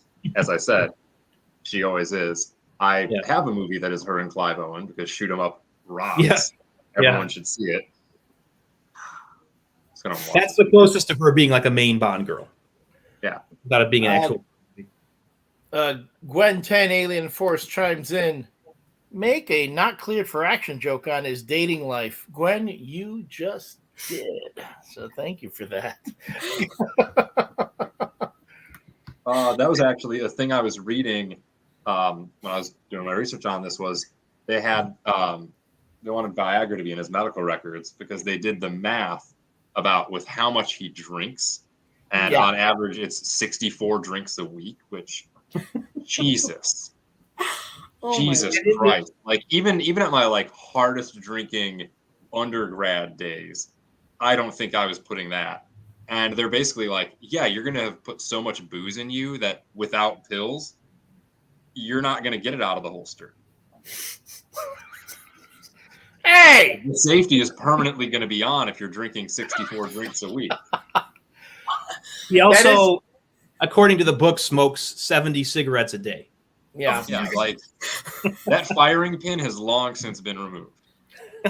It's funny, though. You should mention that because I remember, I want to say it was either Rolling Stone or Entertainment Weekly, one of the entertainment magazines, when they were doing the articles on Spectre leading up to the release, they were talking about it apparently in in a scene. There's a doctor's office. I don't know if it's in MI6 or maybe it's Madeline Swan when she's interviewing Bond. That there's a medical record. The prop folks make this really, extensive folder that's supposed to be James Bond's medical records, and one of the prescriptions he has in there is for Viagra. So you could have him have like a medical folder, kind of like Dalton in Roadhouse, and just have him carry it around with him. But yeah, Bond on Viagra makes all the sense in the world. Like, I also wonder if that's product placement. If Viagra was like, hey. Once again, it's the target audience. Luxury cars, fancy vacations, boner pills. Well, they do. Upper-class, middle-aged white dudes. James Bond's sweet spot. They do so much product placement in the Bond films, but it's always for the really high-end stuff. The nice cars, the nice watches, the clothing. I'm going to argue that slightly with Skyfall, which I know you just discussed, and that's not what we're talking about today, but there was the VW Bug product placement. Yeah. Which I would not count that as high end. I count that as like every 20-something girl's first car. And then Heineken. He like very famously was like, I'll have a Heineken, and like drinking it that takes me out of the movie every time. So it's like, really, man? You're like he's drinking a Heineken. Yeah. And the VW Beetle, that one was so obvious because not only did they like crush all of them, but when Moneypenny is like, VW Beetles, ma'am, and you're just like, yeah, you had to, okay. I see what you did there. That normal way we all say it. Right. Yeah. So, or like not even just like cars falling off of a train. Like, no, a VW Beetle. Dr. P, I see no difference between James Bond drinking a Heineken and Dustin Hoffman and Robert Redford going to McDonald's in All the President's Men, which they do. And it's like, is that like the first example of product placement I've ever seen? Because they're at a McDonald's and you see them. That bothers me less because they're everyday reporters. So everyday reporters going and getting a quick fast food burger, that scans. Like, yeah, it might be a little on the nose product placement, a bit much, but like Bond getting a Heineken, it's like, it doesn't take me out of it because it's specifically like, oh, the product placement. It's more because like the specific beer. It's like, really? James Bond is drinking a Heineken? Mm-hmm. Like, that's a $7 six-pack? Heineken is not good. My brother-in-law loves it. My friend Brett, who is my Bond friend that comes over and plays video games with me, brings Heineken. It's just like, why are we drinking Heineken? Does he bring it? 30s? Yeah. Well, I'm gonna just I always kind of, and this is clearly because I didn't really look into it, but the reason I saw Skyfall in theaters is because I had a roommate at the time whose like dad and parents were in town, and they're like, let's go see Skyfall. And he was the one who was like super excited for it. And we're like, all right, sure. And his drink of choice, Heineken. So someone did their market research. Why my buddy Brett gets it is like, it worked on him. Yeah, someone did their market research. The Red Stripe commercials worked on us because those commercials that were always on ESPN in our formative years, Dave. I still am like, hell yeah, Red Stripe, hooray beer. Like it's burned in there. And I will say, as someone who has had beer at the actual Heineken brewery in Holland, there's a difference between the Heineken you drink there and the Heineken we drink here. That's every brewery. Every brewery. You could go to like, God, I'm trying to think of what's like the worst. Like you go to PBR. PBR. How dare you? How dare you? I know they're fighting. But that's I was gonna say like Ice House. Natty Light. Yeah, exactly. Go to like, I mean, those are still gonna be at like the Coors or the Miller Brewery because those are just second chance terrible beers. But I was even gonna say Schlitz, and it's like, no, I like Schlitz. Hams is like, I will never badmouth Hams. I am a connoisseur of garbage cheap beer. Clearly. Look, I was in vet school for a very long time. I did not have money. I had developed a very strong taste for dirt cheap beer living in the middle of Kansas for way too long. Wait, do you have money now? Come on. I do. Actually, we'll talk about that later. We're not going to know. I mean, working for not-for-profit, I would say you don't have money. You don't have I've got money. a lot more than I used to. I got a lot more than I did in my early and mid 20s. I'm just saying that the Heinekens in Holland will get you effed up pretty good. I mean, if you drink enough of them here, it'll get you effed up. It's just there's better ways to run that race. Another thing I had to make it up, say for my notes on the observations, and Dave, you know how I hammer on this over and over again, especially with the Sean Connery movies. Yeah. Throughout the Sean Connery films, Bond always had arch enemies. He had villains who wanted to kill him, but they were always so damn polite, and they always put him up in a room before they tried to kill him. And that happened yet again in this film, where Bond goes all the way out in the middle of nowhere to meet Blofeld. And he's like, "We've been expecting you. We would like to have you for tea." And Bond's like, "I'll be there." You know, he's fixing his cuffs. Yeah. "I'll be there on time." I'm like, Bond, they brought back the polite villain who will have you for tea before they torture you. Yeah, I think this was Sam Mendes wanting to do a classic Bond movie where you get the big elaborate base, the well-dressed menacing villain who does I'm going to wine and dine you, but then I'm going to kill you in some unnecessarily elaborate way. So, and then, that along with more gadgets, more humor, like you said, this feels more like more Roger Moore isms in this, more like the tropes of the early Bond movies. Yeah. And I'm going to torture you so that you cannot remember the face of your lover. Yeah. You're going to give him Alzheimer's. So weirdly specific. I'm going to give you a lobotomy. I'm going to go full Kennedy parent on you. But through here, I'm going to give you a lobotomy. We're going to go to the brainstem, and it's like, well, that's not where that part's kept. Yeah. That's more. And this is every time when I start going into like the medical aspects, it's like, Mark, it's a movie. The defibrillator scene still infuriates me. That is nonsense. That is not how those work. I knew that before I was a doctor. That is just But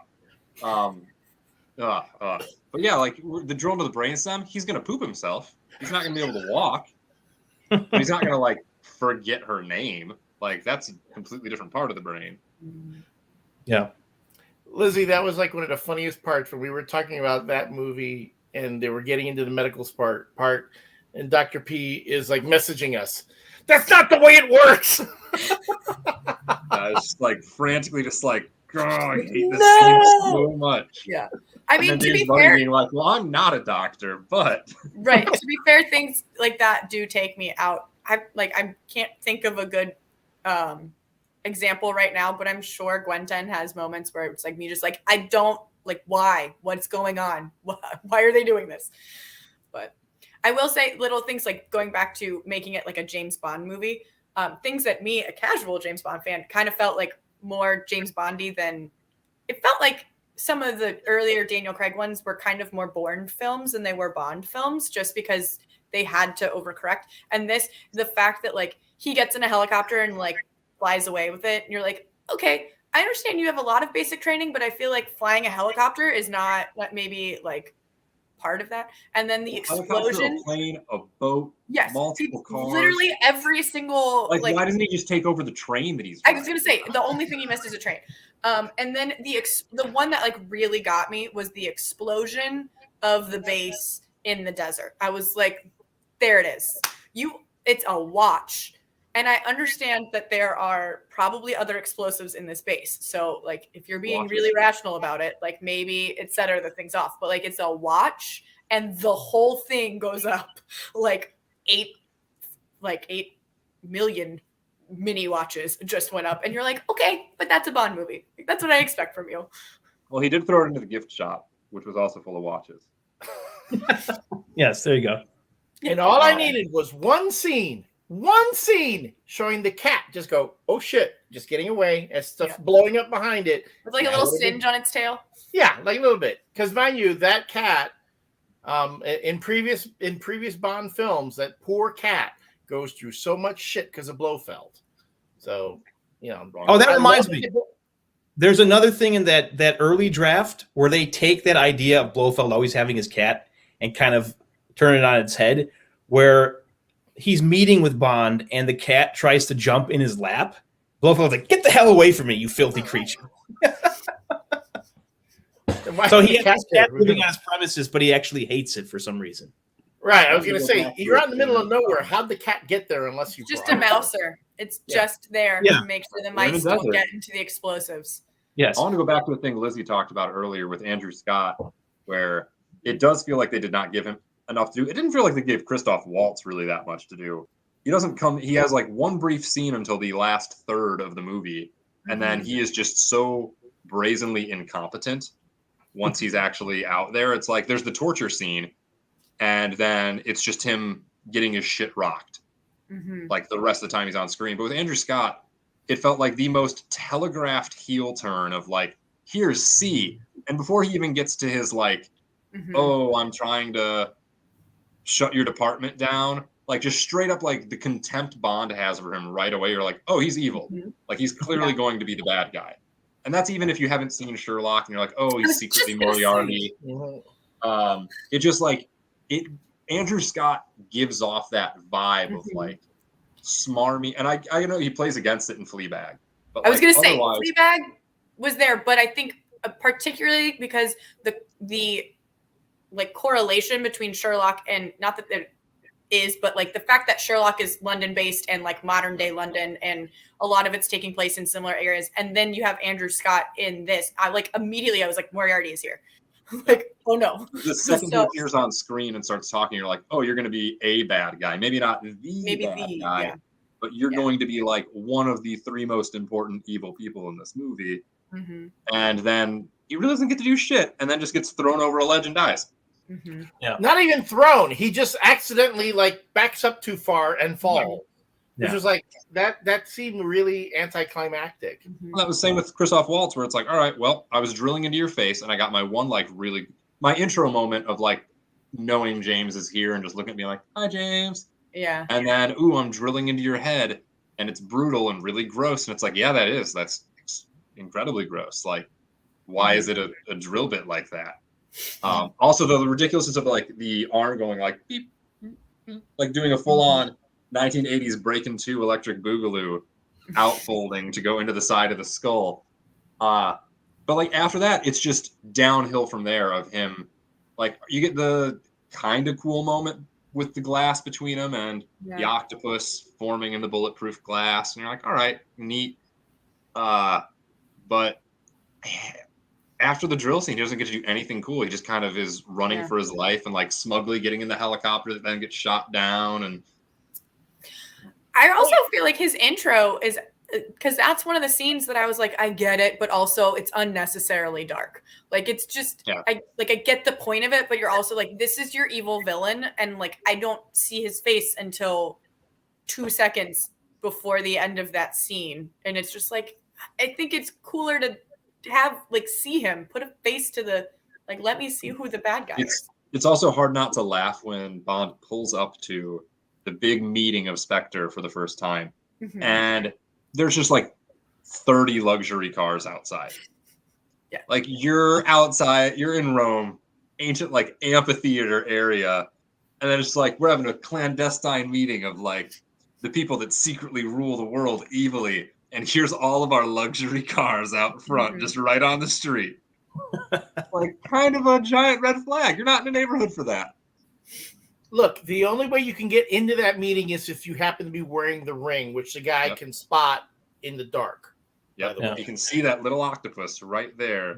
That ring right there. I was gonna say, the least shocking thing of the night. Roast myself like this, but I finally get Dave's Slack photo. Yep. Oh, yeah. I straight up, I figured it was a reference. Yeah. Bond. Yeah, I like for those in my mind, not like, in our it work feels like a Slack. reference to Bond, but I was also like, I can't tell you what it is, but now I can. Yeah. For the listeners who don't work with us and don't have access to our work Slack, Dave's icon is the Spectre octopus. Yes. If I the more we talk about the movie, the more parts of the movie we talk about, the more I remember this superior early draft of the movie that I digested over the course of a year. And when we're talking about Andrew Scott and his character, this scene where M confronts him in his office, and then they have that that struggle, and then he falls to his death. It's a lot more elaborate in the early draft. There's going to be this big public launch of the Nine Eyes system at the CNS building, and M is there to witness it, and then everyone else, all the other nations that are part of it with their representatives, and then Q and Tanner are there kind of secretly. And right when it's going to go online, Q like hacks into the system, and this giant screen projects all these images that are incriminate Andrew Scott's character, like in his involvement in setting up all these terrorist attacks all around the world. And he doesn't die in the end. He gets like apprehended by the authorities and everything. But it kind of made me think of the scene in Batman Returns when Penguin's giving his big political speech, and Bruce Wayne and Alfred like hack into the sound system from the Batcave, and all the horrible things Penguin said about Gotham City are played over the loudspeakers, and he's just completely disgraced. So it was just it had that whole scene had a lot more punch in this early version, and it seems kind of limp in the finished movie. Like they have that little tussle, and then he falls to his death. Yeah. And then I have a question about, so the beginning when Bond says, "I'm going to call you C," and at the end when Denby is going to shoot M, and then he realizes his gun is empty, and then M says, "Now we know what C stands for, careless." Is the joke that you think he's going to say a certain other C word instead, or then he says careless? The one that rhymes with the least effective way to get a hit in baseball? Yes. Yes. Yes. Is that do you read that as that? I thought he was going to say that. I was like, what is he about to say? Yeah, and then he says something much because he's like the M stands for moron. Yeah, like it's an insult. Yeah, exactly. Careless is like not necessarily an insult. I mean, it is, but it's not like I thought he was like, well, you're up. Yeah. Yeah. Okay. Well, if the woman of the group reads it that way, then I think that I'm correct there. Because I was going to say, the C word, as we'll call it, is very common in British slang. It doesn't, like, guys call each other that all the time, but it's still like not proper. So they wouldn't like say it in the movie, but they would probably say it in the way you're saying it, of like to let people get there on their own. Right. Yeah. It's not in that level. It's not like, like in that, you're not going to have a British spy say that to a top, intelligence officer to his face in the office. Maybe at the bar later on, with a real heavy brogue to it, and that's when it's actually entertaining when English guys call each other, they swear at each other.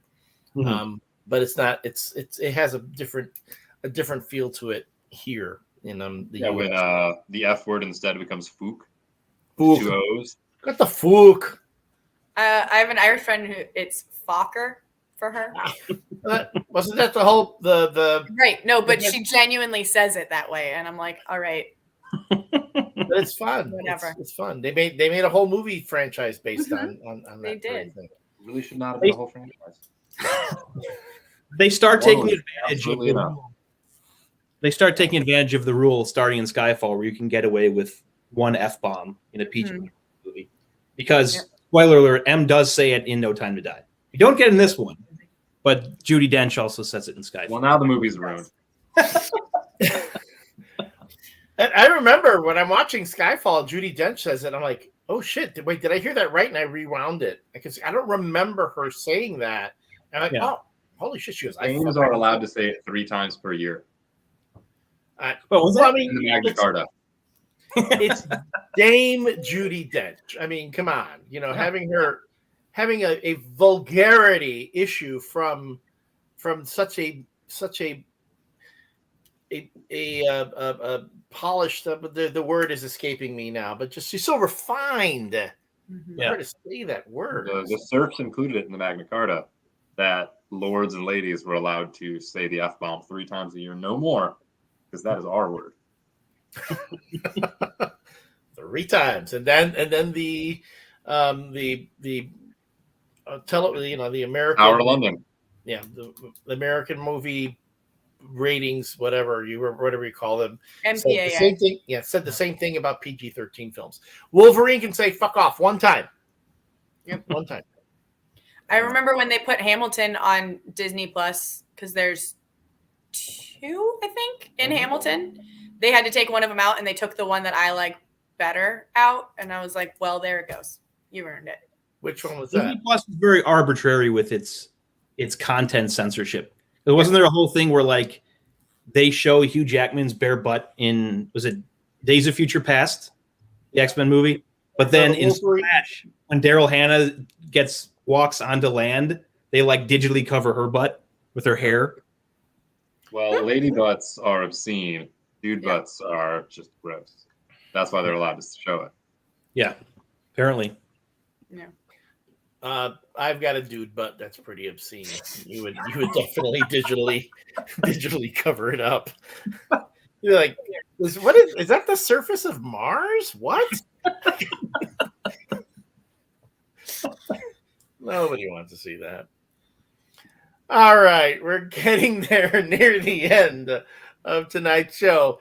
Closing thoughts about SPECTRE. Well, ladies first. Lizzie. Thank you. I really enjoyed it, actually. I think I went in with low expectations, to be fair. But I thought it was a solid movie, and it definitely like hyped me up for James Bond again. It's been a while since I've seen a Bond movie, and it makes me like really want to see No Time to Die. So I think that's part of the point of these movies, is to keep you wanting to come back for more, and that it definitely did so. So I'd say thumbs up. I was gonna say, because if you are a Bond fan and you want that to be James Bond's ending, I remember when I first saw SPECTRE, and there was talk of that this was going to be Daniel Craig's last one, and I thought, oh, that's like a nice end for him. Oh, that's it. Yeah, to be fair, it's over. But it wouldn't be, and the next movie would give you the definitive ending for his character, which still worked for me. Well, you thought he would get his that he was done when he said he would rather slash his wrist than play Bond again. Right. He was interviewed immediately after finishing filming this one. Yeah. Which was rough. He said he had a rough time doing it. Yeah. And then obviously with No Time to Die, you could tell when you watch the movie, he enjoyed it a lot more. He had more fun. But we're not talking about that. We're talking about SPECTRE. Dr. P, your thoughts? Similar thoughts to Lizzie, where I think this was the first time I had expectations going into one that had been set by other people, because like all the older ones, you don't really so much hear people be like, you're like, oh, I'm gonna watch A View to a Kill, like, or I'm gonna watch Diamonds Are Forever. It's not like there's big critical consensus out there, and they came out so long ago that it's not like fresh in your mind. Whereas like Skyfall, you tell someone to watch it now, there's that hype of it where you're like, oh yeah, it's gonna live, it's this. And so much of the hype around SPECTRE is that it was a big letdown. I'm watching it, it's like I get it to an extent, but it's not nearly, it is not the low watermark even of Daniel Craig's. It's just a step down because you hit such a peak with Skyfall that you kind of had to come back down. And I don't think it was as bad as the reputation makes it out to be. But yeah, it was a perfectly fine movie. It's one where if it wasn't a James Bond movie, I think it would be even better. But it's just, they got a little too cute, but overall it's totally fine. It's not one that I see myself running back to anytime soon, but it's absolutely not one that I would be like, oh, hell no, I'm not watching that piece of crap again. Yeah. Christopher Walken. Wow. You're going to die with his name on your lips, aren't you? You're going to call me Natalie Wood. Oh, wow. See, I got that joke. Dave. Yeah, I just echo what everyone else has said. I think it's a perfectly fine Bond movie. It doesn't reach the highs of Casino Royale or Skyfall, or maybe even No Time to Die, but it's I think enjoyable for what it is. I take issue again with the things with Blofeld being Bond's adopted brother. I think it's a little ridiculous. That weird color grading that plagues pretty much the entire movie, it bothers me. I also think it's maybe about 15 or 20 minutes too long. Could have been a little shorter. One thing when I think about, what's the weakest of, I don't think there's a bad Daniel Craig Bond film, but what's the weakest?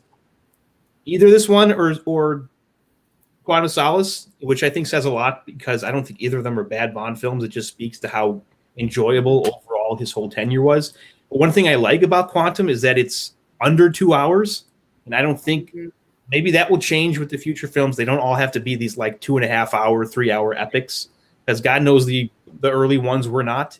And there's another thing I'll probably get some flack for. I would gladly watch pretty much any of the Daniel Craig movies over pretty much all of the Brosnan movies any day of the week, with the likely exception of GoldenEye. GoldenEye, I know you're going to get that much flack for that. Like, yeah, of the Bonds that got more than 2 movies, I think the Brosnan ones are kind of the roughest batch. Yeah, and I've talked about it before. I think losing the Soviets, the Cold War being over, really threw the Bond series for a loop, because you're just like, shit, that was such an easy go-to villain, and it's gone. Yeah. I just feel like the Craig movies, it feels like there's more thought that went into them.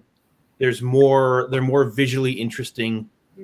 They're all great to look at. Even like, again, Spectre is a little bit of a step down from Skyfall, whereas the Brosnan movies for the most part are just very cookie cutter, very by the book.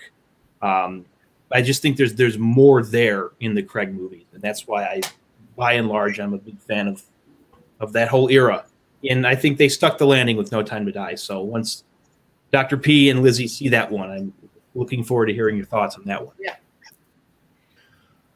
I'd say Spectre, if you look at Skyfall, Spectre, and No Time to Die as a trilogy in themselves, it's funny, Skyfall closes the trilogy that was started with Casino Royale. So you have Casino Royale, Quantum of Solace, then Skyfall, and Skyfall ends that origin and then begins the next phase of Bond, which would continue with Spectre and then No Time to Die.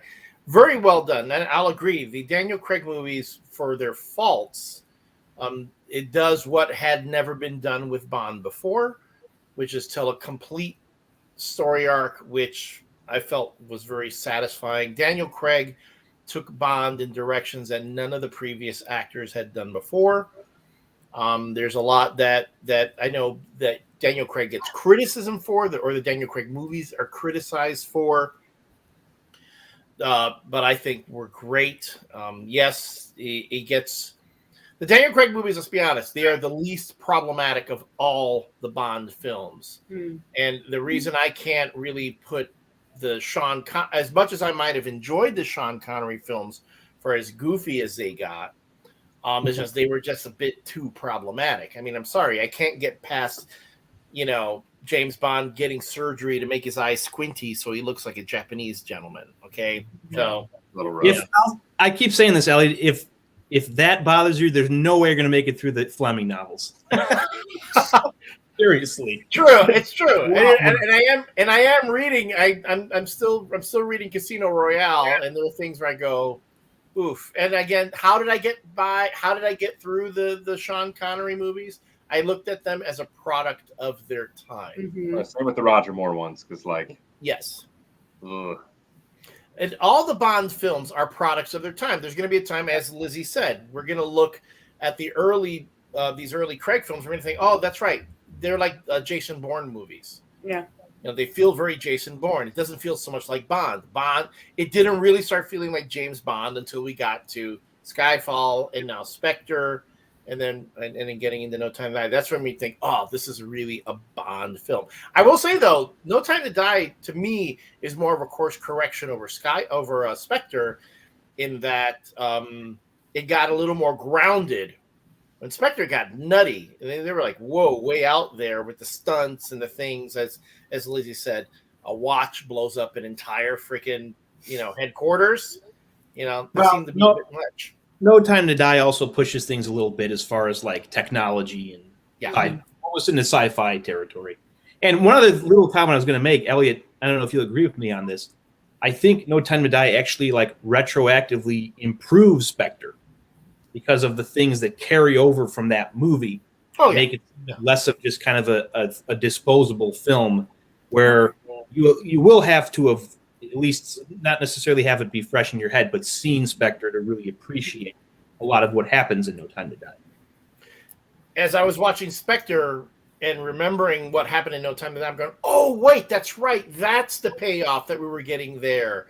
Yeah. It's very similar, like when you watch the Dark Knight trilogy, when you watch Batman Begins, Dark Knight, and Dark Knight Rises, you have to remember what happened in Batman Begins to understand what Nolan was doing with Dark Knight Rises, the symmetry to it.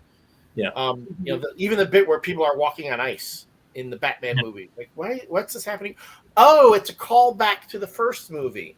So they're doing this with the Bond films. They're making callbacks to previous films and saying that.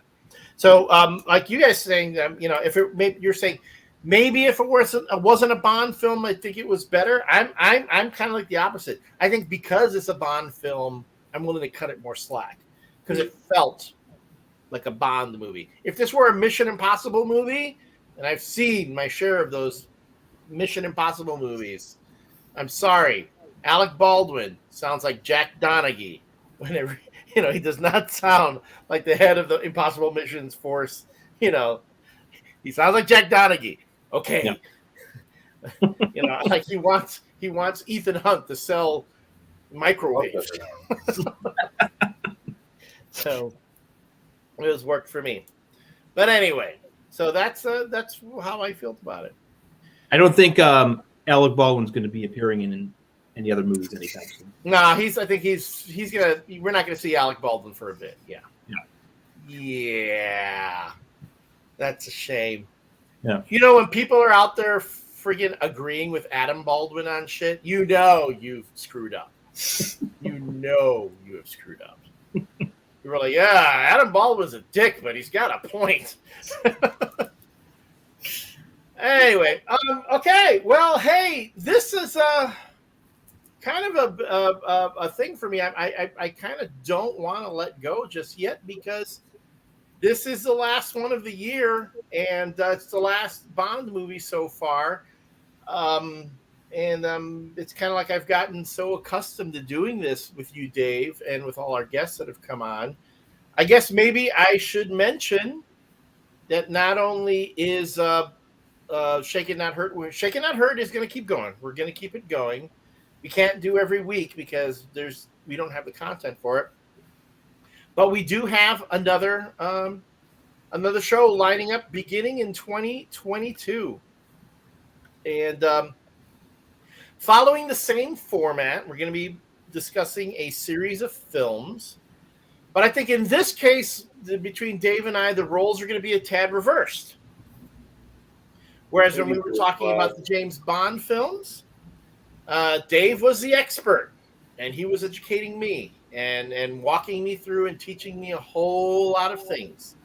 In this case, I do believe I'm going to be more of the expert because in 2022, we will be discussing, sorry, Lizzie and Dr. P, the banner might obscure you, the Marvel Cinematic Universe.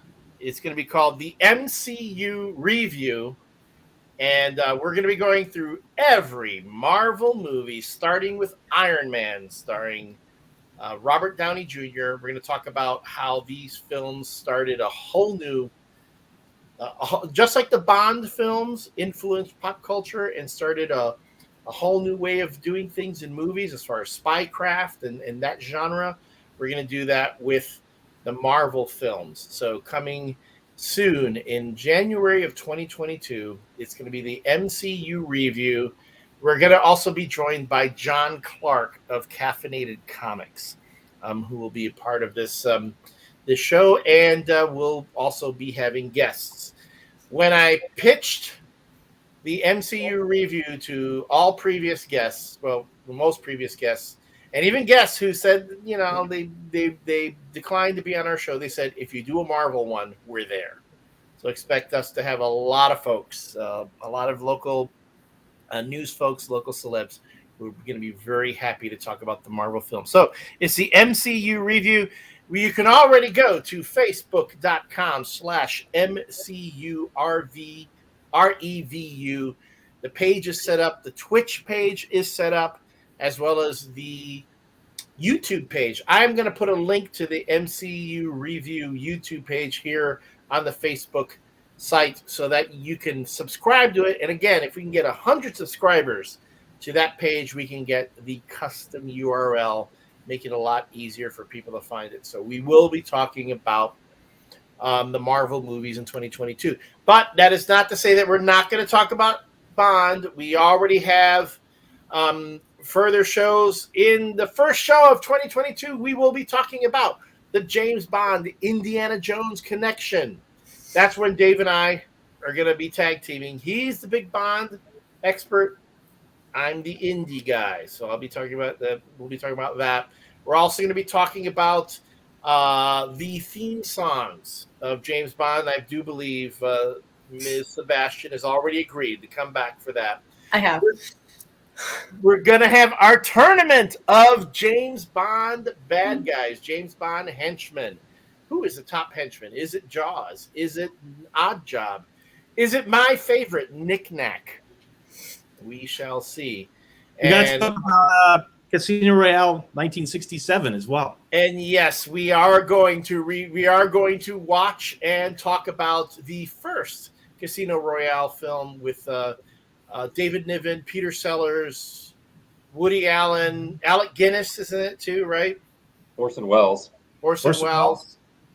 I saw that someone took the Sean Connery. They took footage of Sean Connery and Orson Welles from Casino Royale and edited it so it looked like they were together in what would be a true Casino Royale film. So we will be talking about that. Great Bond villain in a serious, legit Bond movie, Orson Welles. Orson Welles and Ursula Anderson as well, especially in a wine commercial. We have also been encouraged to look at The Kingsman. The Kingsman series, we know the third of the Kingsman films is coming out.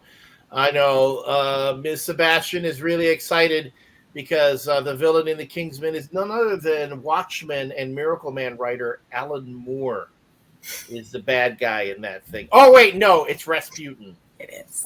Even though they look oddly alike. If you go to the Shaken Not Heard Instagram page, you'll see what I'm talking about. I swear to God, Alan Moore looks just like Rasputin. Or is Rasputin Alan Moore? Or is one or the other? It seems like they're the same dude. So go from there.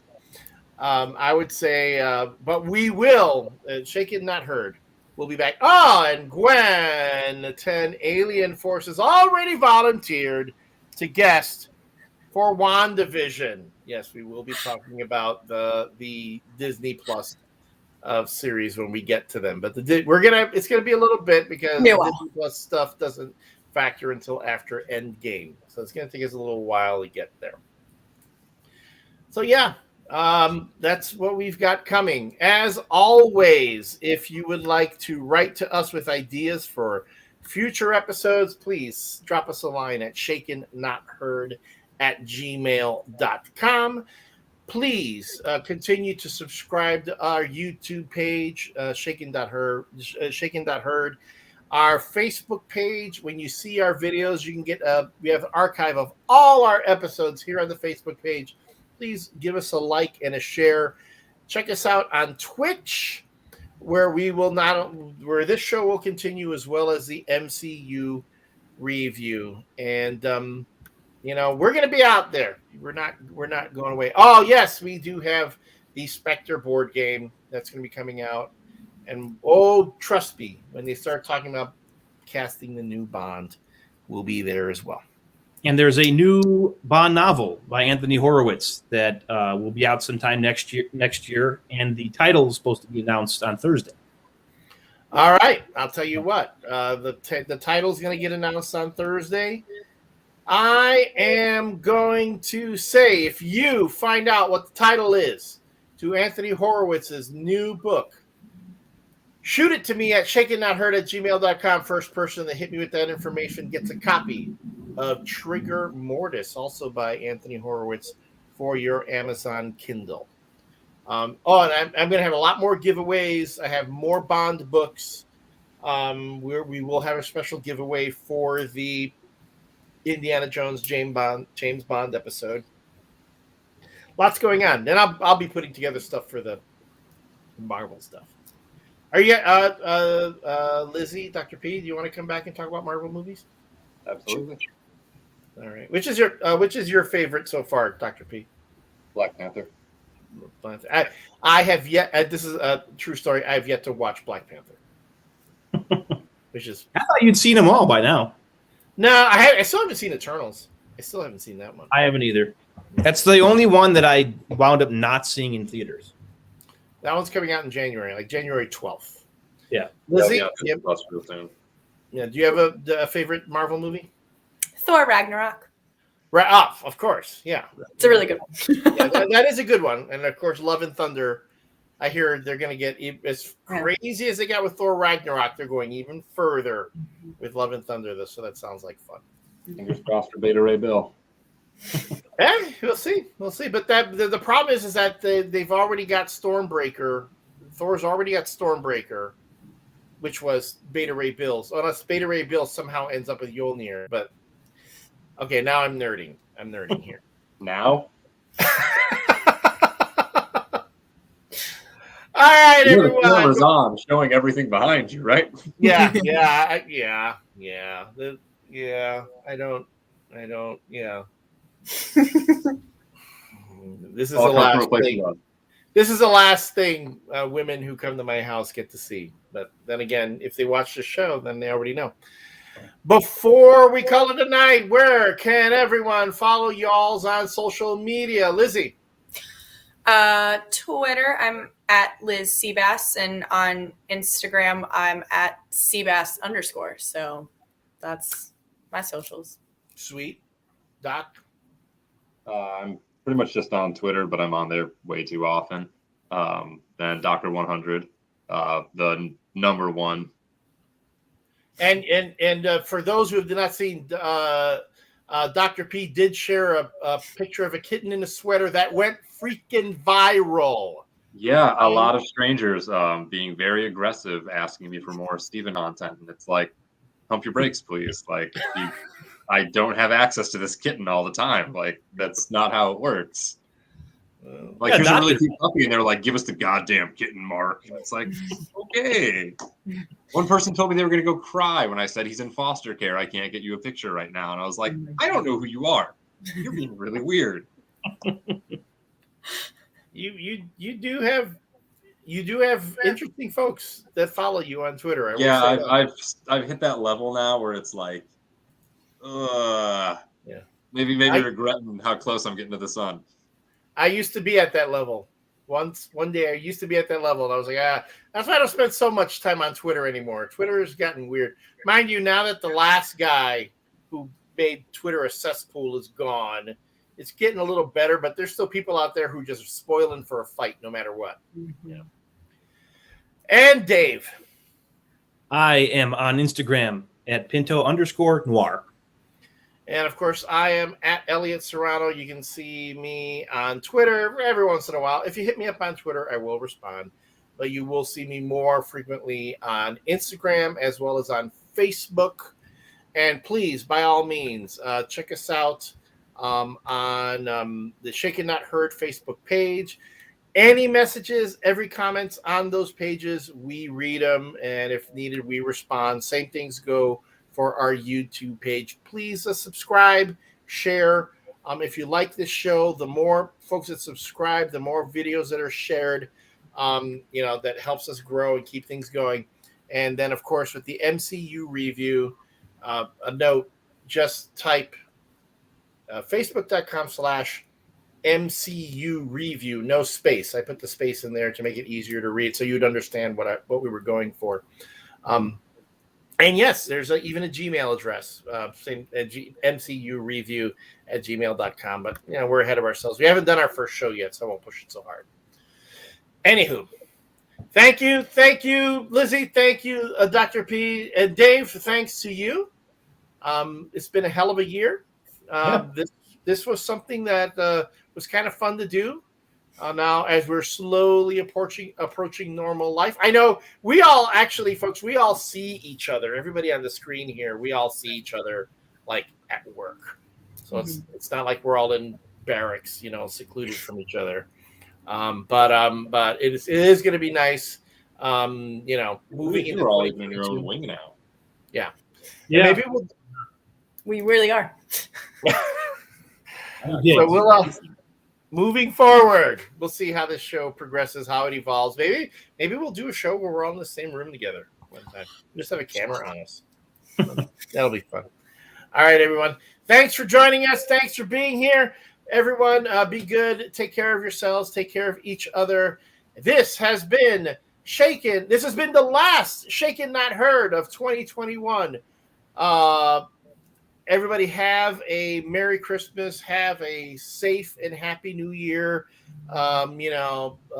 Be with folks. Be with family. As the song goes, if you can't be with the one you love, love the one you're with. That was not a Bond song, but it could have been. Take care, everyone. Remember, this has been For Your Ears Only. We'll see you in 2022.